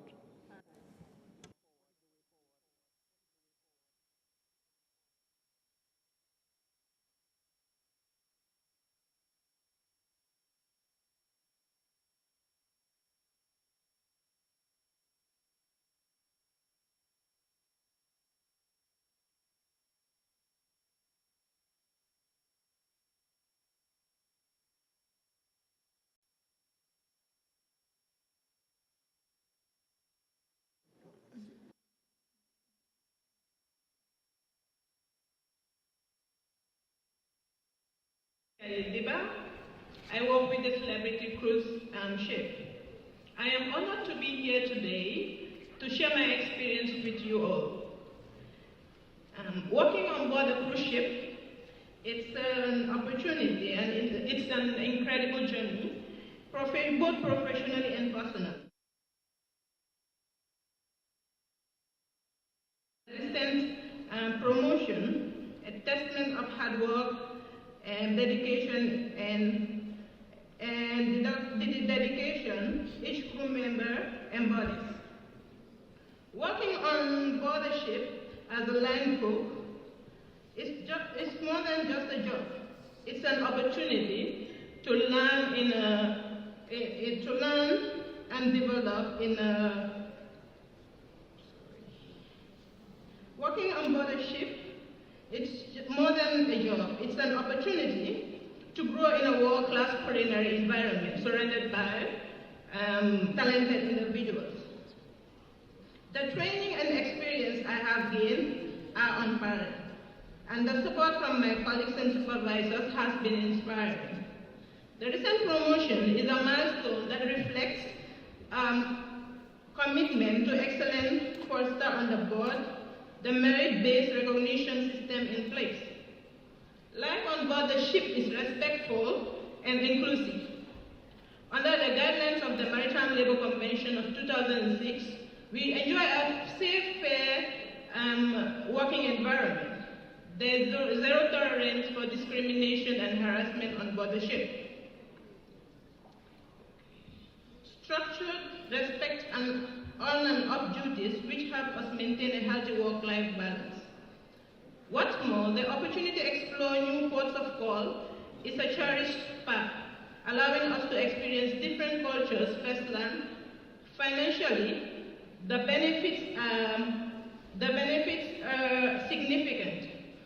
Most of minimal allowance used to send majority of our earnings back home to support our families. The cruise line generously covers our travel expenses, enabling us to return home every 6 to 8 months. I am urging the Gambia government and the European Union and our key sectors to back initiatives that expand employment opportunities for Gambians on cruise ships. Under the insightful leadership of able director, Mr. Musa Jammeh, there is a tremendous potential to create jobs and uplift our community. Our agency, Cruise Ship Crew Gambia, plays a vital role in facilitating these opportunities, ensuring a seamless transition for crew members to join and return our assignments. Investing in such initiatives means investing in the future of our country.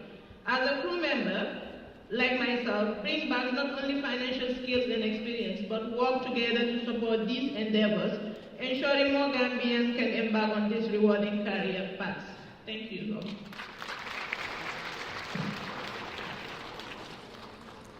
Thank you very much, Hadi. After listening to this important statement and the sharing of the two experiences from the government, but also from a private sector, I'll now open the floor for questions and answers and comment. I would like everybody to be very brief so that we can allow as much interaction as possible. So I'll take 3 to start with, and then we see how it goes. 2 women and 1 man.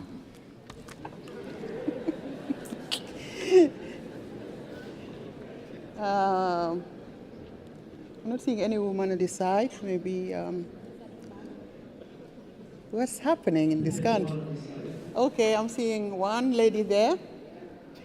Who else? Yes, and yourself, and you, sir. The lady in black, the other one, and then, yes. No, the other one first. Thank you very much. I am Tracy Davis Wilson. I am the chairperson of the Children's Court. I'm a magistrate.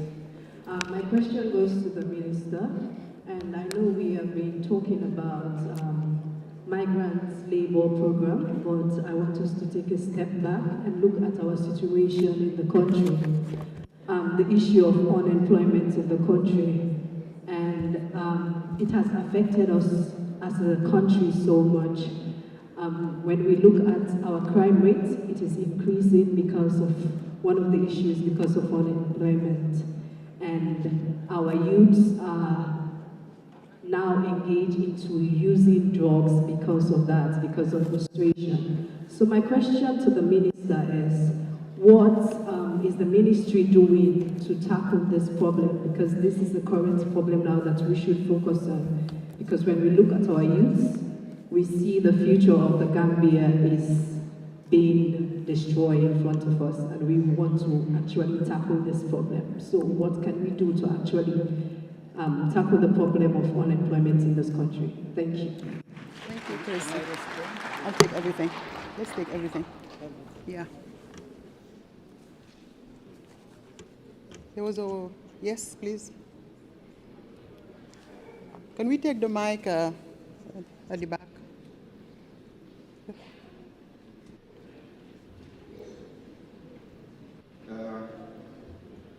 Thank you very much, Madam Moderator.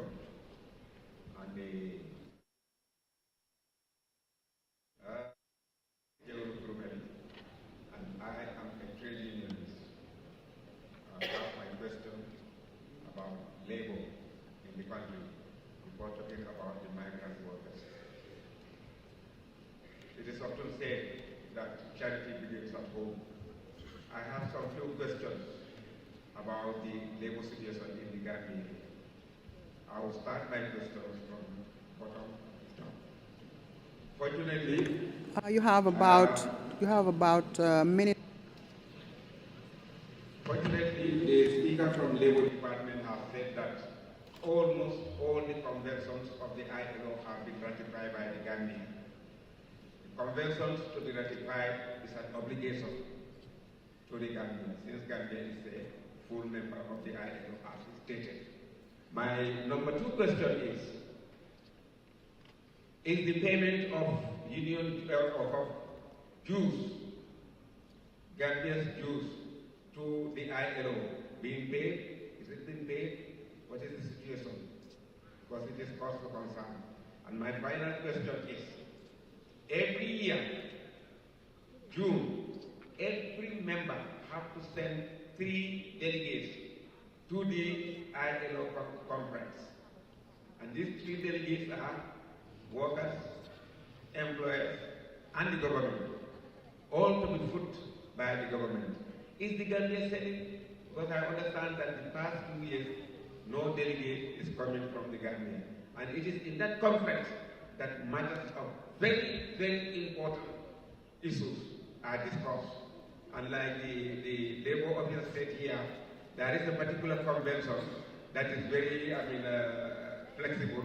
You ratify it according to the situation in your country. How will you know the situation of your country when you are not going to the ILO conference to answer questions that have been put there by the workers against the government? That is the only time the government has the chance to go and answer those questions. Because the ILO cannot punish government, but they can sanction them. But how about if the government is not going, it's not sending these delegations? Thank you. My question is, are they going?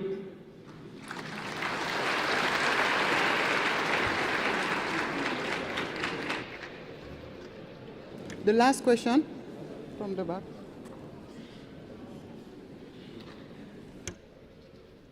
Okay, good afternoon. My name is Yahya Jammeh, a political science graduate at the University of the Gambia. I have 2 questions, and the first question is with regards to what the minister said concerning the government's collaboration or engagement with foreign countries like those in the Middle East and also in Europe to ensure reduction of unemployment. That is by sending some youth to work into those countries, like it has been seen in headlines in the past or recently. My question is, with most of our youth in those same countries, what are you putting in place?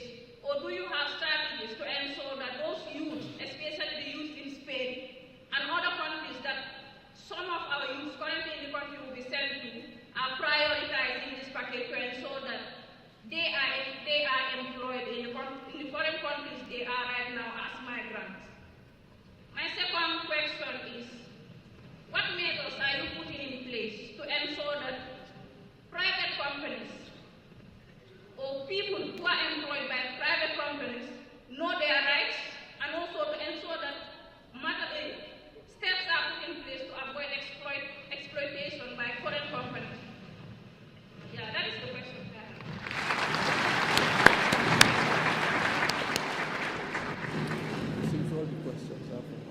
Okay. Okay. No, you will come. The minister and his team, they will answer some of the questions, and then the rest of the panelists will have 1 minute to react to. Thank you very much for this question. Thank you, moderator, for the opportunity to respond. Let me begin with Tracy from, I understand, the Industrial Tribunal. Let me start with the context you set to ask your question. That the countries, I hope this noise allows us, that unemployment and underemployment seem to be a byproduct of, drugs or drug abuse, and the crime rate seem to be a byproduct of unemployment and underemployment. I will be very happy to be provided with evidence that employed people are not abusing drugs, and so on and so forth. These statements are made often, and we need evidence. We need to study this. I'm happy there are university students in the hall. Let us find out if these things have connections, and we provide the evidence. That's not the question. The question is, what is government doing to address unemployment and underemployment? A few strategies that I know about since I came into this ministry 2.5 years ago. We've been answering the same question, because I came at a time when the policy on creating opportunities for 150,000 jobs to be available in the Gambian economy came into play. So we've been trying to ask the same questions, and we have had some answers. Currently, for example, in fact, I sent a text message to my people that, and I hope the central bank is still here, that we need to engage central bank next week to discuss with them our proposition to have the Gambia's first special economic zone. We have worked on this under the Directorate of Industry, and that project alone, if implemented to the full extent of the plan, should create nothing less than 100,000 jobs. That is just one. The other thing, currently we are working on another one that we are hoping we will come to terms with the European Union. It is at the embryonic stage. We know that the Spanish agreement on circular migration is currently seeking workers in the agriculture sector. Now, we don't want to send people to Spain to work in agriculture, and when they come back here, they lie down. We are also setting up, in this project, local farms in collaboration with the Ministry of Agriculture, the Ministry of Youth, the Ministry of Fisheries, the Ministry of Gender, the Ministry of Finance. We have a ministerial subcommittee. What we are going to work on, and this is a very important one, is to have corresponding farms in this country to deal with fruit production, to deal with vegetable production, to deal with poultry production, to deal with aquaculture, so that these farms will be feeding the special economic zone processing section. Because in that zone, there will be food processing. Agro-food processing will be a priority. So these are jobs. We are talking about employment. These are opportunities that the government is creating for jobs to be available in this country. We are not using the bilateral labor migration as an alternative, no. And I've said this in programs. That program is in response to what my sister, the political science graduate, has just asked. Those who have migrated without government involvement, they are already in those countries, in Spain, in Germany, in Italy, in Saudi Arabia. Whether we will integrate them into this system, that is a question for another day, because that's very complicated.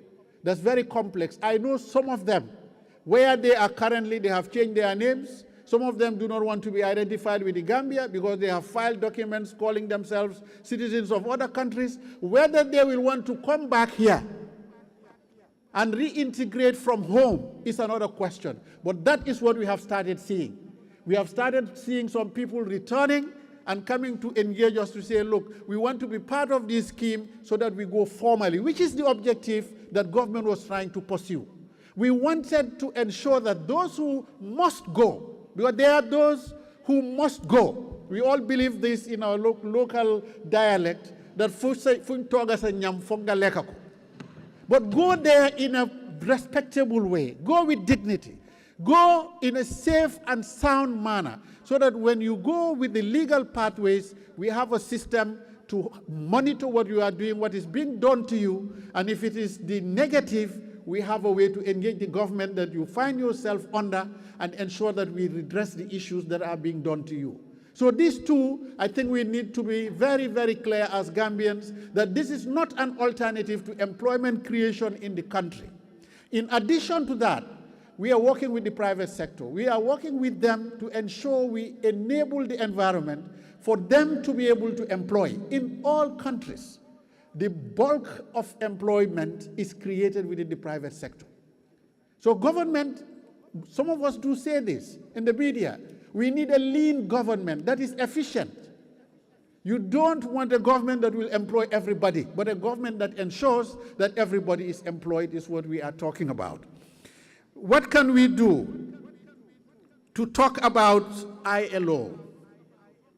My brother, whether we have paid our dues to ILO, we have obligations and these are annual. Sometimes the payments are late, sometimes they are done on time, sometimes these areas are cleared, and this is not unique to this country. I am sure you are aware of this. Have we attended meetings? No, we have not for the past 2 years. That's not because we are not paying our dues. Last year, the reason was I was engaged in another meeting. Not that I'm not prioritizing ILO. I'm a trade unionist like you. We've worked together. You are one of my very good friends in the trade unions. We are not in opposite sides still. I can tell you that. But going to ILO convention meetings depends on a lot of things that government must have to have in place for me and my team to participate. But we hope 2025 we shall be with you in the meeting. I think those are the issues he talked about. I think those are the questions. Usman, the rest may be for you. Thank you very much, Madam Chair.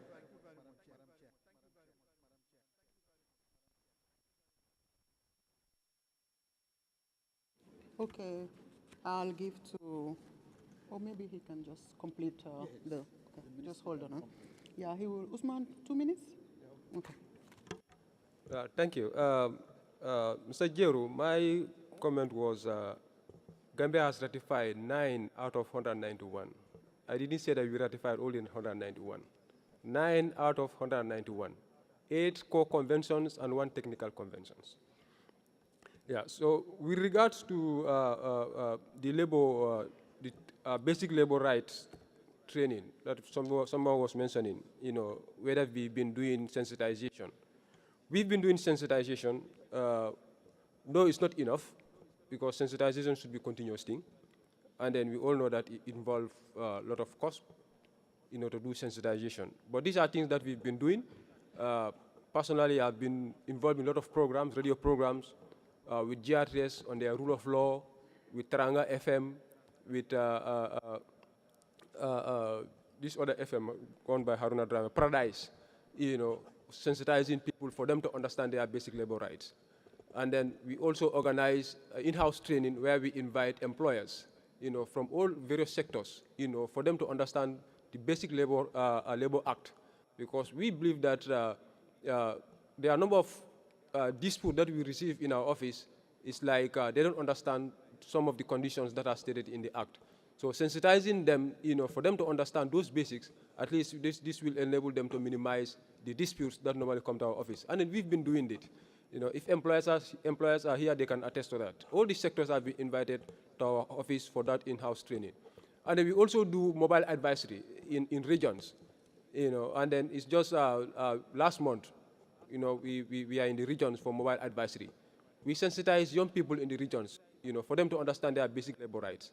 Because it's important, it's part of our fundamental human right for understand our labor basic rights. because you cannot be working if you don't understand what are some of your basic rights in the workplaces. So these are things that we've been doing on radios, during our mobile advisory. So it's just that, whether we are getting our target numbers, because we are on radios and we understand that most of people, they don't listen to the radio, especially the young people. You understand? So, and it's important that for them to understand their basic labor rights so that they will not be deceived.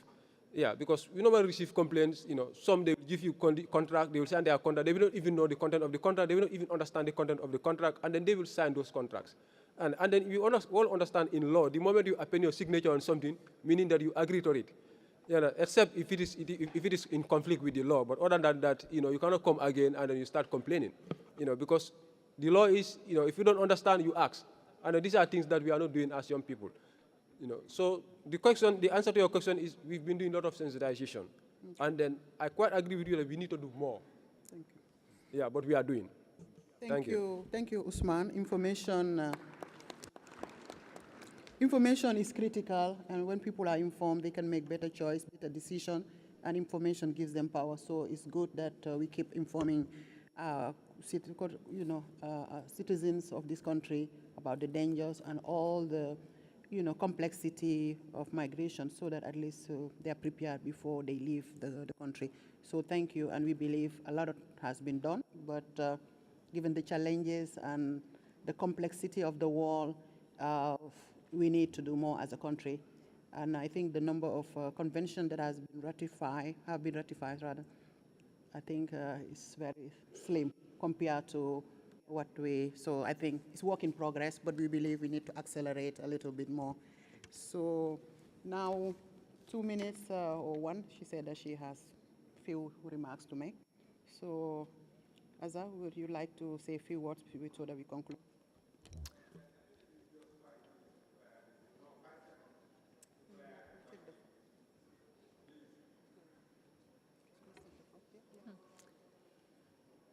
Thank you so much, Ms. Moderator, for the opportunity. From my end, I actually just want to touch upon the point that was made by one of the participants about what are the measures being taken to ensure that there is no exploitation in recruitment practices. So the SOPs that we spoke about, the ethical framework guidelines that the government has developed, these are all measures put in place to ensure that there are no exploitative practices in the recruitment process.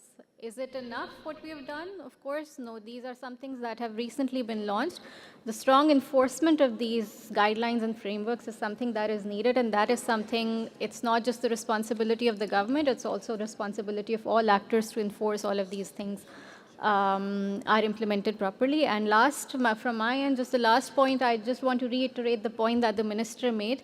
BLAs are not a measure or an intervention to reduce unemployment in the country. BLAs, or bilateral labor mobility agreements, circular migration agreements, they are a measure to provide opportunity to those intending to migrate in a safe, orderly, and regular manner.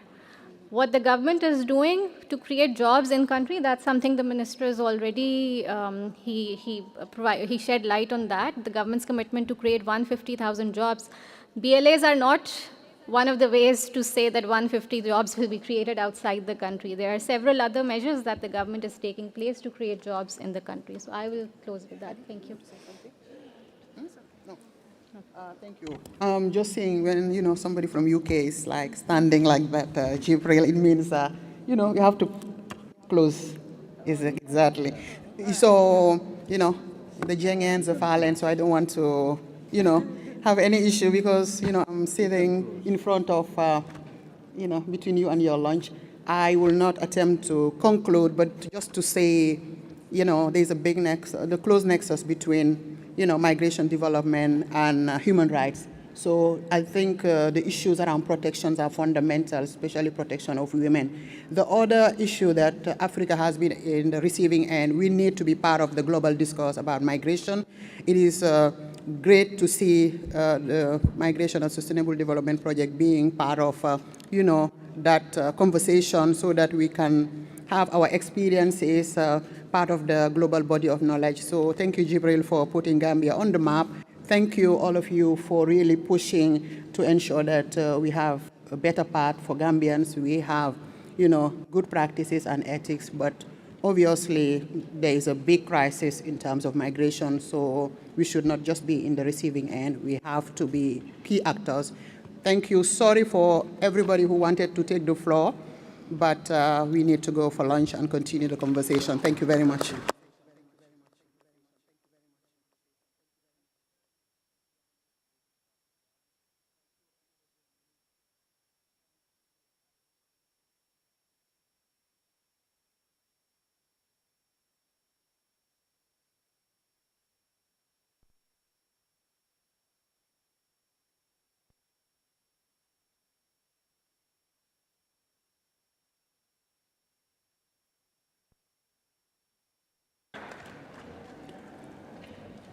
Our rapporteur for this session is Ms. Aishandur, who is a GKP MSDG graduate volunteer, and she is sitting here, and I'm pointing her out for a reason that you would know of in a minute or so. We've had a suggestion that many people wanted to ask questions and of course did not have time to. We encourage you to use the paper you have to write the questions so that we know what's in your mind. And if you do that, you can bring it and hand it over to Aisha, or you can give it to any of the authors. It would be easier to actually give it to the author nearest to you. So we will put them together and get the responses that's needed for the purposes of the report of this meeting. Thank you so much for being with us up to this last session. And for those of you who remember, this is the open session where we talk about practical things. It's always the action session. And since we're talking of diaspora development, the three people we have in this panel, all of them are involved directly or indirectly, actually directly, in the financing of development from different perspectives. So we would give them 5 minutes to give us their views of the different approaches from their perspectives, and we would have time for observations and questions from the floor. And the rules for that engagement is simple. You can ask a question or make a comment. Just do it in 2 minutes, and that's all. Then that means we will have quite a bit of interaction before we hand over to Bright Star Entertainment. So can I please invite Dr. Henriette Brummer Sonko to tell us a bit about MRC Holland and its approach to financing development here in the Gambia. Dr. Sonko. Thank you very much. I'm very honored to join this forum here today, representing the MRC Holland Foundation. For those of you who don't know the MRC Holland Foundation, it is an organization funded by a private initiative. So it's an individual with a company in the Netherlands who sponsors development in the Gambia. Now, we partner very close with the Ministry of Education, and our objective is to provide infrastructural development and human resource development. I just had some students who came to greet me because they are sponsored by MRC Holland. But our core is infrastructural development throughout the Gambia, and with a special focus on rural Gambia. When we go to communities to support them with their schools, we always have a dialogue with them. We always ask them who else is involved, and we always emphasize that partnership is the only way forward, because nobody can do it by themselves. Government is trying their best, but they have bottlenecks, and without support, a lot of students in rural areas wouldn't have been able to go to school. Now, We have so far engaged in about 450 schools countrywide, and of those, 128 are complete new schools, which means students in those communities were not able to go to school in the past. Now, linking to the diaspora, we partner close with government because without that, nothing would progress.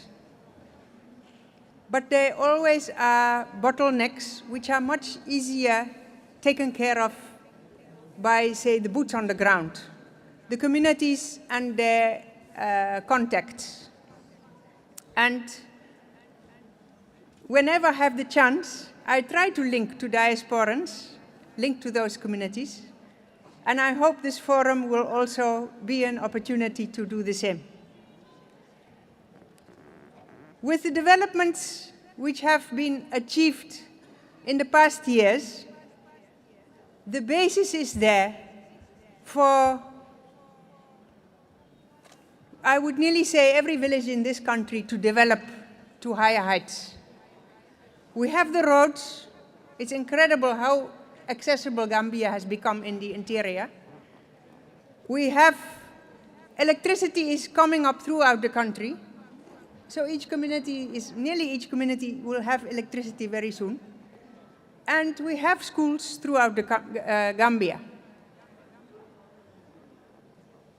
That is the infrastructure. That's the basis. And we, as MRC Holland Foundation, we try to be a catalyst and then try for government and for the communities to take over and continue. And there I would like to appeal for the diaspora to partner more with their schools and their communities. Because a lot can be done, a lot of bottlenecks can be overcome, and the bottlenecks we have talked about earlier in the program today, a lot of those things can be overcome with not only financing, but also ideas, capacity building, which can be supported by the diaspora. One of the areas where we recently have been collaborating with MSDG is the science laboratories.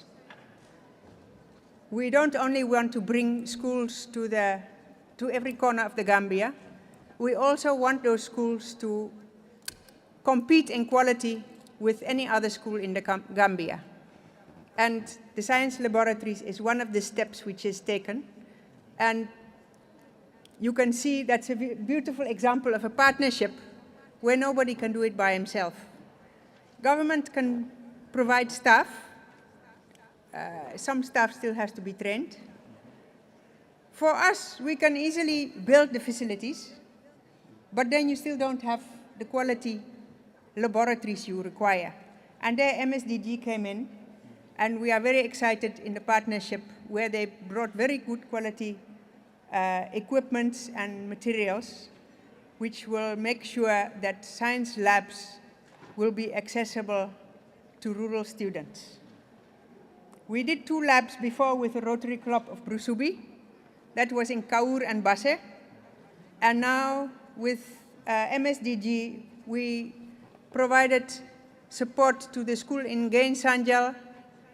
We already started building a laboratory in Sibanor for the Fonyis. And the next one we are considering is Sierra South.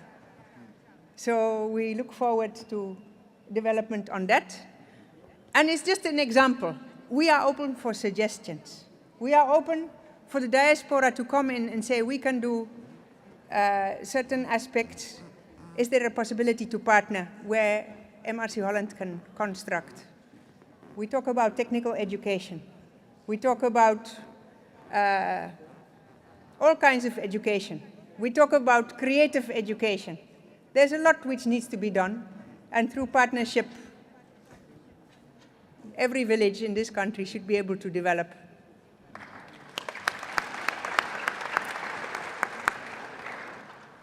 Thank you very much, Henriette.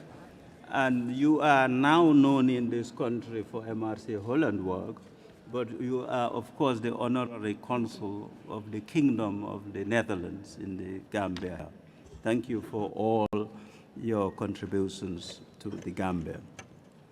I now invite Buso to give us her views, particularly, Buso, if you can, on maybe the do's and don'ts of getting action, development action here in Gambia. Thank you.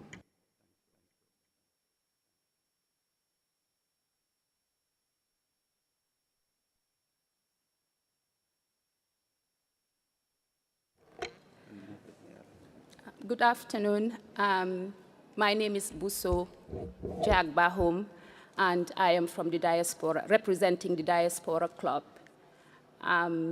Thank you, GK Partners and MSDG, for giving me the opportunity to be here. And if you would allow me, can I just say a little bit about the Diaspora Club? We started way back in 2017, and the Diaspora Club is registered in America and the Gambia with a 501c3 in America. And the club consists of members that live in Europe and North America. And we do generate funds by organizing fundraisings in the Gambia. And our aim is to complement the government work in the health sector by assisting with whatever we can, especially with children and women.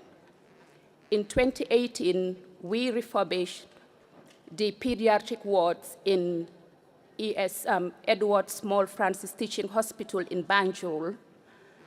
And after that, we decided to have a bigger project after a couple of years. And that's when we have partnered or worked with MSDG that funded us, where we had an event, a cultural event that was successful, and the project was planned to be started on in 2023, and the plan was ongoing until late 2024, but unfortunately, it didn't happen for some unforeseen reasons. What I would like to say with the do's and don'ts is, if we are to collaborate with the government or whoever, if there are any changes that needs to be put in place, I think it is necessary to at least have a dialogue or a clear communication on why or what we should be doing to avoid certain disappointments. As we always say in Wolof, lula beta munla, and that can cause so many misunderstandings within the organizations and the government. And my next step on the do's, the don'ts or the do's is, I can say, in any case, it is necessary to have a dialogue, and with us, the Diaspora Club, we are ready to move on with whatever issues we have or that is going on by having a dialogue. Thank you.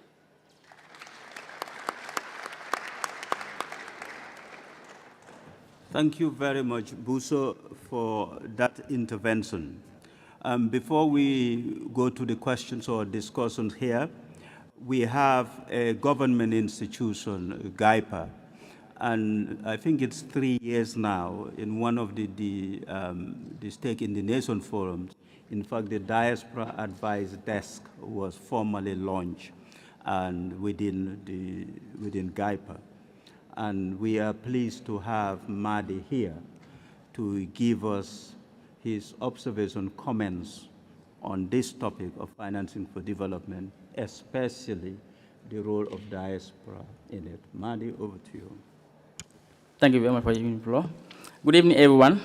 I am Madi Kambai. I'm the Director of Enterprise Support of GAIPA, representing the CEO of GAIPA, who is unable to make it due to other engagements. Thank you for giving me the floor. As you all know, the Gambia Investment and Export Promotion Agency, is established by an Act of Parliament, the GAIPA Act 2010. GAIPA operates on different fronts, trying to look inwards, creating what we call an enabling environment for business to thrive. That's where all these things will come into play, because without a stable environment for businesses, without a kind of investor confidence, all these things we're talking about, resource mobilization, investment back home, will not be possible. So we operate in different fronts. Three main pillars we operate on. GAIPA is responsible for the attraction and facilitation of investment, also for the attraction and facilitation of exports, and the third one is the enterprise support, which is the department I head in GAIPA. If there's any fourth pillar, we call it policy advocacy for better business environment in the Gambia. So back to the point of looking at resource mobilization to be able to at least boost our development. What we need to understand is development comes from within, which means the country cannot be donor dependent, aid dependent for the rest of our lives. We will not develop in that way. As you can see, clearly we are part of the highly indebted and heavily dependent countries on foreign aid to push our development agenda, which is not promising in the future. So a sustainable way of developing ourselves from within is one, like domestic resource mobilization comes at the center stage. And for that to thrive, there has to be an enabling business environment. There has to be, a stable business environment that, investor confidence will be restored. People in the diaspora and other investors will come and invest in the country. That would lead into more jobs, more productive activities in the economy. And there will be also what we call, the broadening of our tax base, because as business formalize, as they anchor and formalize here, the tax base will broaden. Gambia is a tax-based economy, as we all know. So GAIPA is working very, very hard to ensure that the tax base of the country is broadened. How are we going to ensure that? It's through, creating a better business environment for investors to have confidence and come and invest in the Gambia, leading to more job creation, more economic activities. Then GRA can have more space, a broader policy space to at least collect more taxes for us to be able to redirect into other areas of development. That's one way. There are other ways. If you look at our economic profile as a country, the informal economy is way bigger than the formal economy. By that, what I mean, more than 60 to 70% of economic activities, lies in the informal economy. Most especially the micro, small, and medium enterprises, which I represent from the Department of Enterprise Support in GAIPA. As another pillar of GAIPA, which supports, micro, small, and medium enterprises, it is prudent for us to promote this sector of the economy. We have to promote formalization to make sure that businesses that are operating come into the formal economy so that, our tax base can be broadened.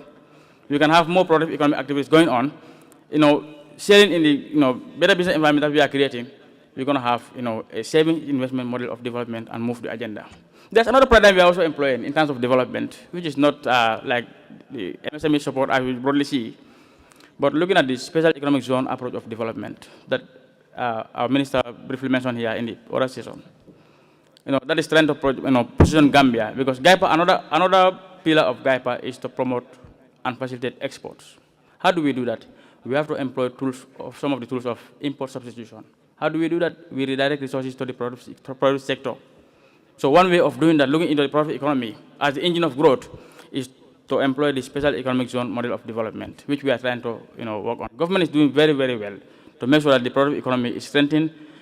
As we look into the after space, the AFCFTA and all the economic integration protocols we are seeing, if we are not producing as a country, we're going to just be a dumb site. So to avoid that, government looks into the issue to make sure that we build the productive economy, the productive base. So GAIPA is leading that effort, also with the Ministry of Trade, to ensure that Gambia goes into the space of creating economic zones. That would translate, because if you look at economic zones, it will have both backward and forward linkages. We are not forgetting the MSMEs. What I'm doing from my department in GAIPA perspective, when you look at the SEZ model, the special economic zone model, there has to be a backward linkage with the micro, small, and medium enterprises we have here. Because we are no more looking into the Gambian market, but we are looking into the bigger market, the ECOWAS market. So in order to allow our actors to participate effectively in this, they need various forms of support, which we broadly call business development support services. It has so many categories, ranging from capacity building, equipment, infrastructure, all sort of things that enable businesses to thrive. So we are doing that because part of the problem that our micro, small, and medium enterprises have is market access outside the borders of the country. So we were trying to help them through this SEZ model. Micro, small, and medium enterprises in the country will be able to anchor on the global value chains. Because if you attract investment, another investment attraction, when you attract the MNEs, multinational enterprises in the country, as they sell in the economic zones, they will be able to provide a linkage with the backward. That's the micro, small, and medium enterprise. So that they also anchor on the global value chain as OEMs, original equipment, whatever, or on the global value chain. So they will have kind of technology upgrading. They will also gain access to high managerial practices through working with the MNEs from outside. There they will be able to compete with their peers in other countries in the ECOWAS. So GAIPA has so many fronts. If you also look at it, all these things can also happen. If you look at the domestic economy, we have to also look in the issue of food self-sufficiency. Government has, is very, very much serious when it comes to Gambia being, self-reliance when it comes to food, to build resilience in terms of food architecture. So government has a committee at the OP, which GAIPA is part of, trying to at least earmark some places across the country, because rice is one of the major imports that we have, and it's a staple food for the country. So government, through GAIPA and other state actors, are trying to attract investment into agriculture. That's why you are seeing the likes of the Jah oil, or Mohamed Jah coming into the the space to be able to grow rice and also support the Gambian economy in itself and in the drive of import substitution, so that rice will no more be a burden on us in terms of imports, but we produce and feed ourselves and export. Not only rice, but also looking into the horticulture space. So government is doing land banking. One, to make sure that this space of self-food sufficiency is taken care of, as well as provide space for those economic zones across the country. That will also be centered on the productive economy, to be able to boost the resilience of our businesses, build their competitiveness, and also be able to sell outside and promote exports. As we do that, we create jobs for ourselves, we improve the lives of our people through, high incomes, and there will be this savings investment model also running in parallel with the SEZ economic development model. There are so many fronts that we get government works to make sure that we work these things, amicably. But diaspora, as we all see, has been called as the fourth arm of the government. So what GAIPA is also seeing in that line, through the domestic resource mobilization efforts, government could come in and, let's say, bring instruments like diaspora bond, wherein those in the diaspora having money to invest, having gotten GAIPA already maintain a stable business environment, they can invest in these bonds, and those investments could be channeled into the productive sector, and the economy will move together. So we are working in GAIPA to make sure that we have this investor confidence in the country, make sure that there's enabling business environment that is able to take care of our businesses, be ready for exports, and also feeding the internal economy. GAIPA, what we say in GAIPA is like, if GAIPA survives, the Gambia survives. If Gambia fails, Gambia will fail. Because there's no country that can succeed without investment, export, and MSME support. So this institution is very, very important. It's central to the development agenda of this country. Let's give GAIPA that support so that we thrive and move. Because the Gambia is a highly indebted poor country. If you look at the development strata, we are not even a developing country. So what will make Gambia move from that? It's not going to be, let's say, these intermittent project interventions. No. There has to be a serious, colossal mobilization of resources towards productive sector. How can that happen? Is to allow ourselves to create an enable business environment so that private sector can come in. Because we have been saying Gambia is a private sector-led economy. Yes. But is that evident? Yes, it's evident, but it's suboptimal. Thank you very much. All right. I just wanted to give chance to the audience. If anybody have questions or comments, we'll just take 3. And in terms of the plans, if our Diaspora keynote speaker is in the room, okay, he would have 3 minutes if he's in the room. If not, his 3 minutes would go to the questions. We've got 3 hands. I've got one here. I've got one here. And I'll take That's here. One here, one here, and one here. I hope you have a lady. Yes, this one's a lady. The lady in green. Yeah.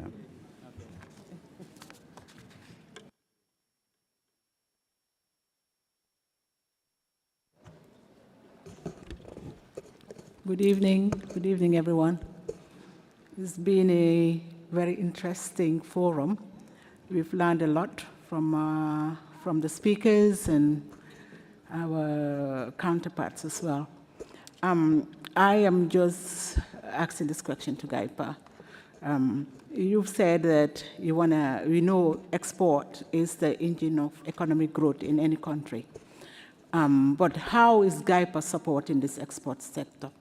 We have AGOA, where AGOA is where the Americans will say we can take our goods to the US. Once it's made in the Gambia products, you don't have to pay any duty. And we have seen it's been on for the past decades, and Gambia has never tapped into that challenge. So as an exporter, I know we have big challenges because you don't have means of getting our goods out of Gambia. Even when we do try through air cargo, it's so expensive.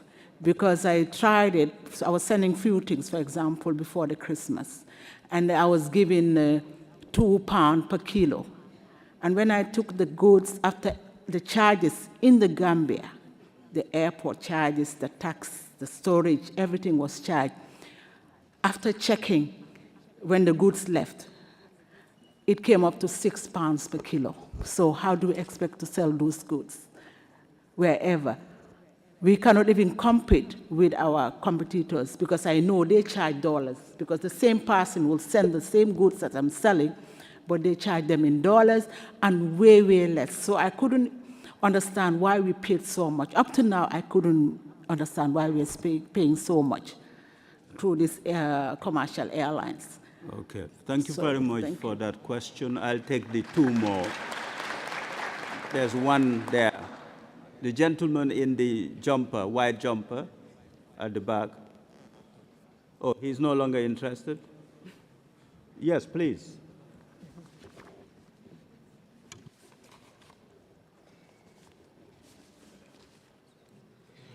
Good afternoon, everyone. My name is Mohammed Hazaliba, a student from the University of the Gambia, from the School of Agriculture.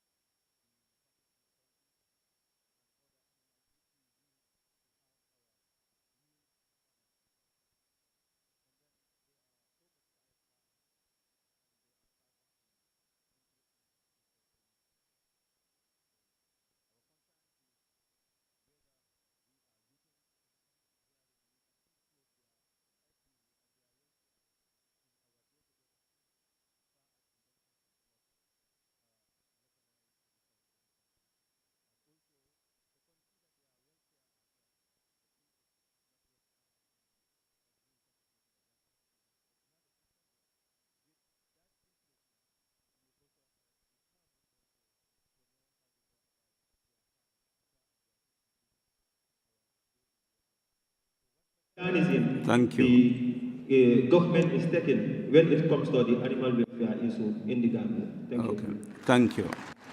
And we'll have the final one. It was the... Hi, my question goes to GAIPA as well. As you rightly pointed out, SMEs are part of the engine of growth in this sector. In this economy. So my question basically is, companies have to grow. They're small, and then they grow to hopefully able to export, right? So what is GAIPA doing to ensure that seed stage companies, SMEs in Gambia, have the financing available to actually grow, to be able to export.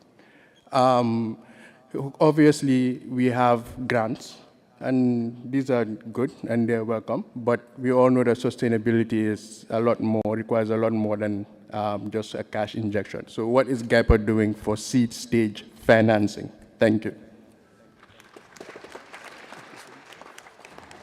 Okay, so because all the questions are to you, so you would have 3 minutes.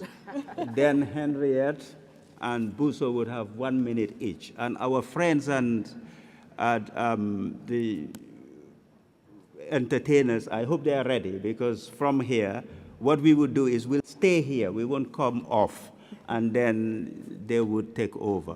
Yeah? So your 3 minutes. Okay. Thank you very much for those wonderful questions. Let me first begin with the AGWA question. Gambia is, actively participating in the AGWA framework. But what it takes for businesses to export and also be competitive, sometimes you have to look at scalability. In Senegal, small businesses have been coming together through the AGWA ticket, put their, small exports together, have a bulk export, and enjoy bulk discount in the export. So they make gains when they export. Unlike the Gambia, you hardly see businesses coming together. Instead of coming together to, put together their collective, small outputs, to have a bulk one, to enjoy bulk discount in these spaces, Gambians like to, most of them, use their own protocol to be exported. In that way, if you don't have the scale, you cannot meet up, you cannot break even and make good gains. Another advice that we give to businesses in that line of export space is if you don't have the muscle, individual muscle to export as a small business, there are so many businesses that are within the same sector, the same industry with you, come together and work together so that you can enjoy not only the export, but even raw material sourcing. You can come together and put up your resources together and enjoy raw material bulk discount, both the sourcing and also the supply of goods in the other markets. That's one. But government is also trying a lot to be able to help businesses in that space. If you, for example, have been in touch with the Minister of Trade, there's been this sea trade that was trying to help businesses, trying to at least beef up their economic muscle to be able to at least reach other markets by giving them some small tokens that they add up and also be able to do their, finance their exports. There are many ways that are available from government side, partners that are there to help these businesses to at least take advantage of the AGWA. AGWA is a good initiative, trying to help our MSMEs in that space to be able to reach the US market and enjoy this trade. If individually you cannot make it, there are businesses in the same line of activity with you that you can come together and put your resources and have this bulk exports to be able to at least enjoy, circumvent the hurdles that you mentioned in the freight and other stuff. That's one aspect. Hopefully, I think that one, I don't know whether I fully answered your question. Okay, I'll come back. Let me come to the issue of the, let's say, the smallholders in agriculture. The reason why we're trying to look at the big players when it comes to agriculture, every country you need to have what we call national champions. So if you go into rice production, we need national champions that government will support. Because you cannot support every small Tom, Dick and Harry in the space. When you are resource constrained, you have to be selective. So that's what government is doing specifically, to be selective. Even partner resources, we use them judiciously. We are selective. That's why if you create a national champion, you see around the national champion, there will be so many smallholders around the national champion. So when you, for example, bring a new technology from overseas, you don't give it to everybody, you just give it to the national champion. The national champion will nurture it and also make sure there is technology spill over to smallholders that are around. If you look at these national champions like the likes of Ja Oil and other big players, they do what they call contract farming. That contract farming trickles the benefit towards smallholders by giving you implements, giving you seeds, fertilizers, for you to be able to do your rice farming or whatever you call it. Upon harvest, they give you a market access, they buy from you. So you enjoy market access, you enjoy input supply from them while you work with them. So that's why government looks at the big players. Because definitely they are very important. Every industry, every sector, you see, it's very important to have a national champion there. That, government will direct resources, and the resources are conditioned also upon their arms for spillover. It's a model that has been tested globally and it's working. You cannot support every smallholder in the space of horticulture. But what government identifies, every industry you see, if there's a national champion that we got to nurture. If you go to Senegal, they have those ones. And let me tell you, it's not governments that do trade, it's the businesses that trade. If you go to Senegal, every business you hear, they have their national champions there. But Gambia, if we don't have those ones, there is going to be, a dumping in our market here. That's why we look at the national champions. We develop so that they can go in parity. They can engage with their peers in other countries. So I think, let me just stop there. I come to the other question of, what was the question, sir? It was about support to MSMEs, right? Finance. Good. In GAIPA, we have, how we support them to also be able to, can you remind me of the question, that last question? The animal welfare. The animal welfare is a question, right? Do you want me to clarify? No, I have 3 questions. Come again. No, sorry. Development, Madi. Yeah. So that one is about what? MSMEs? Yes. I can clarify. Come again. Yes. So my question was about financing SMEs in order to grow and export, considering that the conventional financial system, which is the banks, obviously don't have terms that realistic with SMEs. So what is GAIPA doing to fill this gap? Okay. Yes, we are doing a lot when it comes to that access to finance for MSMEs. If you look at the MSMEs, most of them, they cannot access, we have what we call SIC in GAIPA, Special Investment Certificate, that is accorded to big investors. So when it was realized, if you look at the GAIPA Act, there's this provision for special target enterprise support. That is also kind of incentives that we accord to enterprises that are named special target enterprises. These special target enterprises, these are identified through the advice from GAIPA by the Minister of Trade that will identify which enterprise is a special target enterprise. The support incentives are there that they are bound to enjoy until they also have that size and scale to be able to compete in the market front. We have that. Another one also, we have this EDF, Enterprise Development Fund, that is established by the GAIPA Act. So the EDF, the concept of the EDF is to at least have one national basket of funds to be able to support the micro and small enterprises. Remember, micro, small, and medium, but this Enterprise Development Fund is not targeting the medium enterprises, it's targeting the micro and small enterprises, those that have like an employment of 1, 2, 3, less than 4, less than 5. And if you go up, you don't go beyond maybe 10 and above. So it's targeting the micro and small enterprises. The fund is meant to help them, at least circumvent the problem of access to finance. But if they go to the commercial banks, it's very difficult for them to have access to commercial instruments because of the charges and the other fees that are around it. So what GAIPA sees from the eye of the government is to have a basket of funds that is consolidated. There are so many channels, where the fund is being, beefed up through resources allocated from National Assembly, through the operationalization of the funds itself, through donor contribution, and all other forms that we can check, like the levies and all such charges we have when it comes to the transactions, are all brought back to the fund to be able to give access to the funds. What we are, when it comes to the EDF, is not yet operational, because if you have an act, you need a regulation that will tell you the ABC of the act. GAIPA Act is there already, and the EDF is created by the act. But now we need a regulation that will tell us the ABC of the fund itself.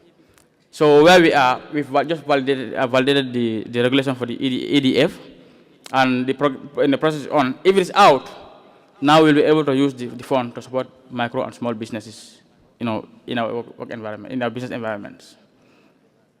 Thank you very much for That's those just few of the things that we are doing, but there are many others that I can explain to you, but time is limited. Okay, yeah. Thank you very much. Busso, you've got your 1 minute, then you'll have your 1 minute. It's the other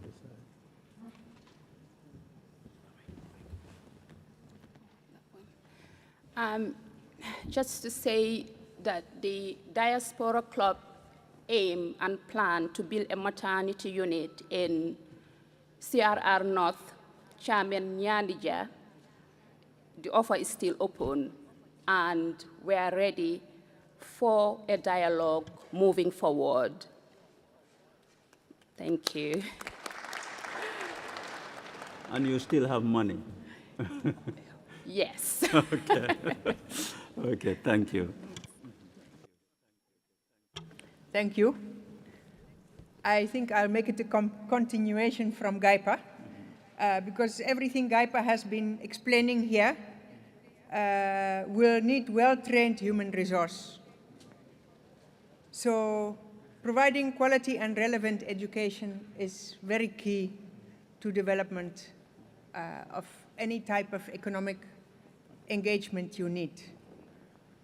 I would still just emphasize once again that I call on the diaspora to work with their home communities to see where the gaps are, because there are gaps. We all agree that there are gaps. But those gaps, sometimes they are easier to fill from outside because you have a fresh view. There are certain things which cannot be provided with the facilities the government has, coming to learning materials and the creative part. Someone was mentioning the creative part as well. But I believe every training should have a creative part.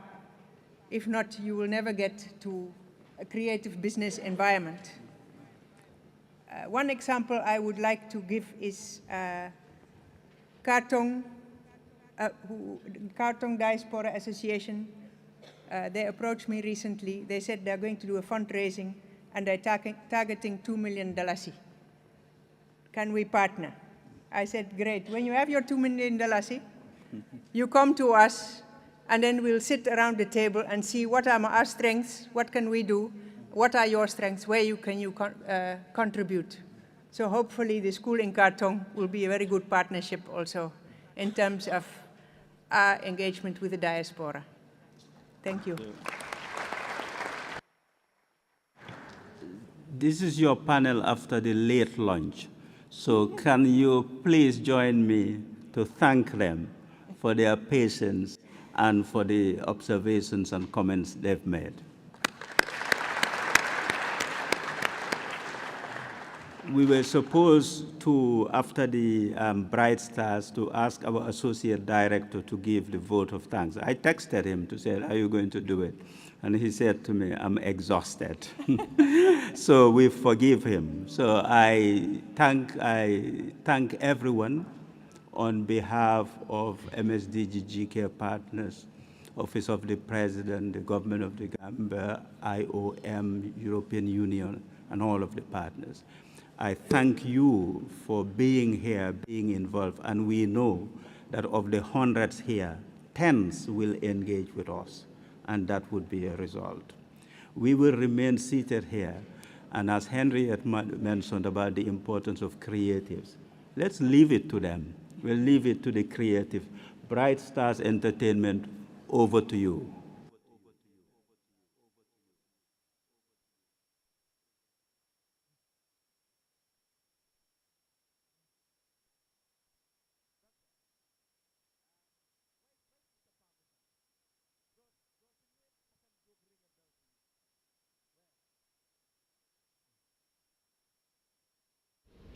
We will talk about it. But we also want to see an intervention in the art industry. We will talk with Singata to see. And where is Mr. Njok? Adam.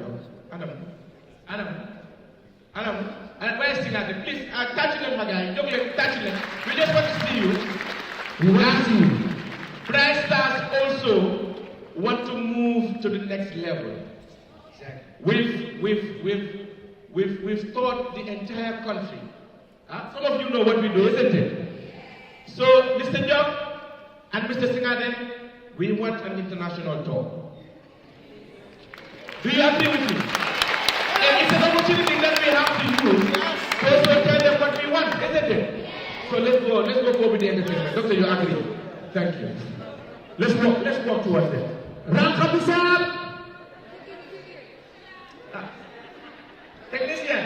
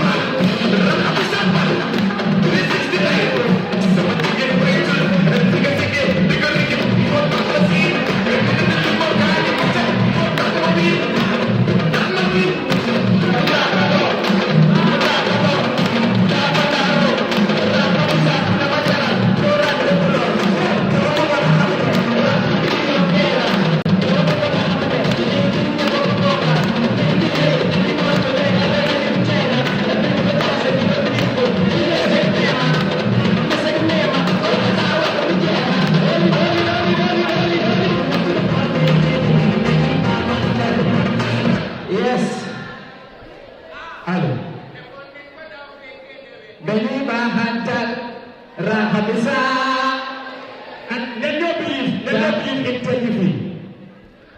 Let not believe in technically. So it's also good to share your story. Bryce, there was a day we went to perform like 10 years ago. We were paid $125. But we believed. Today, I don't want to say the amount that we have received from government. I mean, we are trying. We are climbing the ladder step by step. So we have to believe in ourselves, huh? Take it through. Let's go on. Let's go sit proper. We can make it here. Wow. Let's go sit proper. DJ. Let's go. Take it through. Let's go.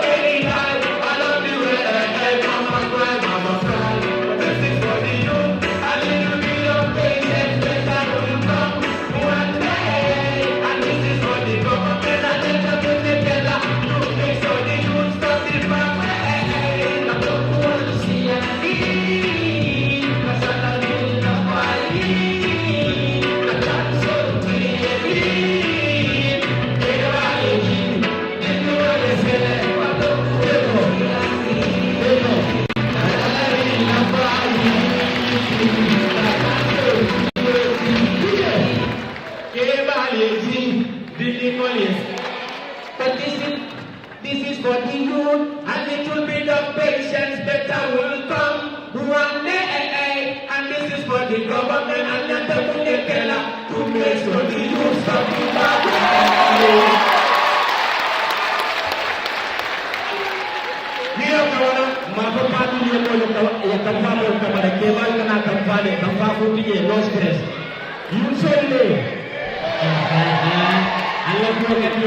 So I am not happy. We have a lot of young people.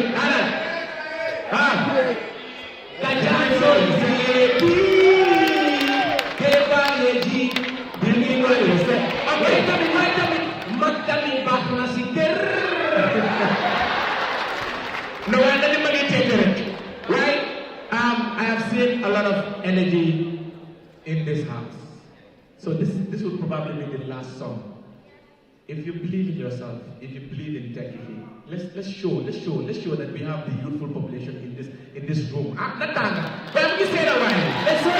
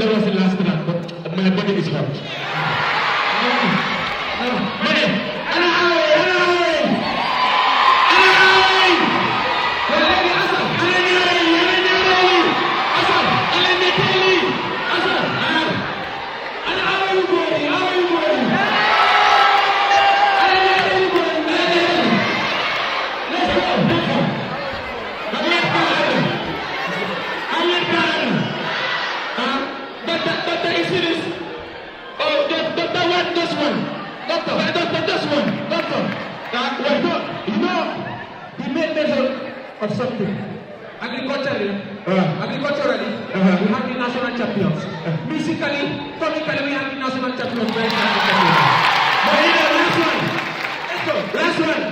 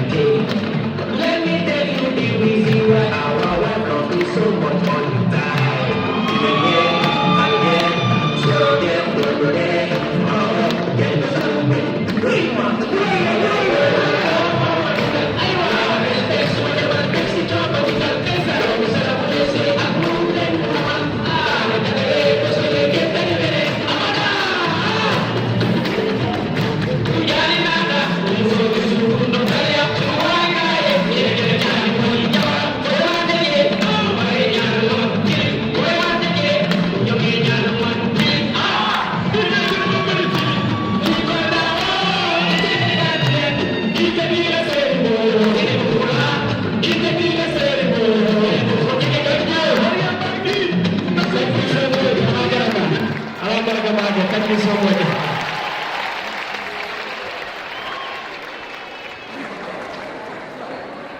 We thank you all. Just to say, the Honorable Minister of the Presidency is still in the room. The National Security Advisor is still in the room. Government officials, dignitaries are still in the room from 8:30 in the morning to almost 7 o'clock. We thank you. We thank you. And we see you, as the Vice President said, we see you on Saturday, the 10th of January, 2026, for the 9th Stake in the Nation Forum. Thank you. Thank you. Thank you.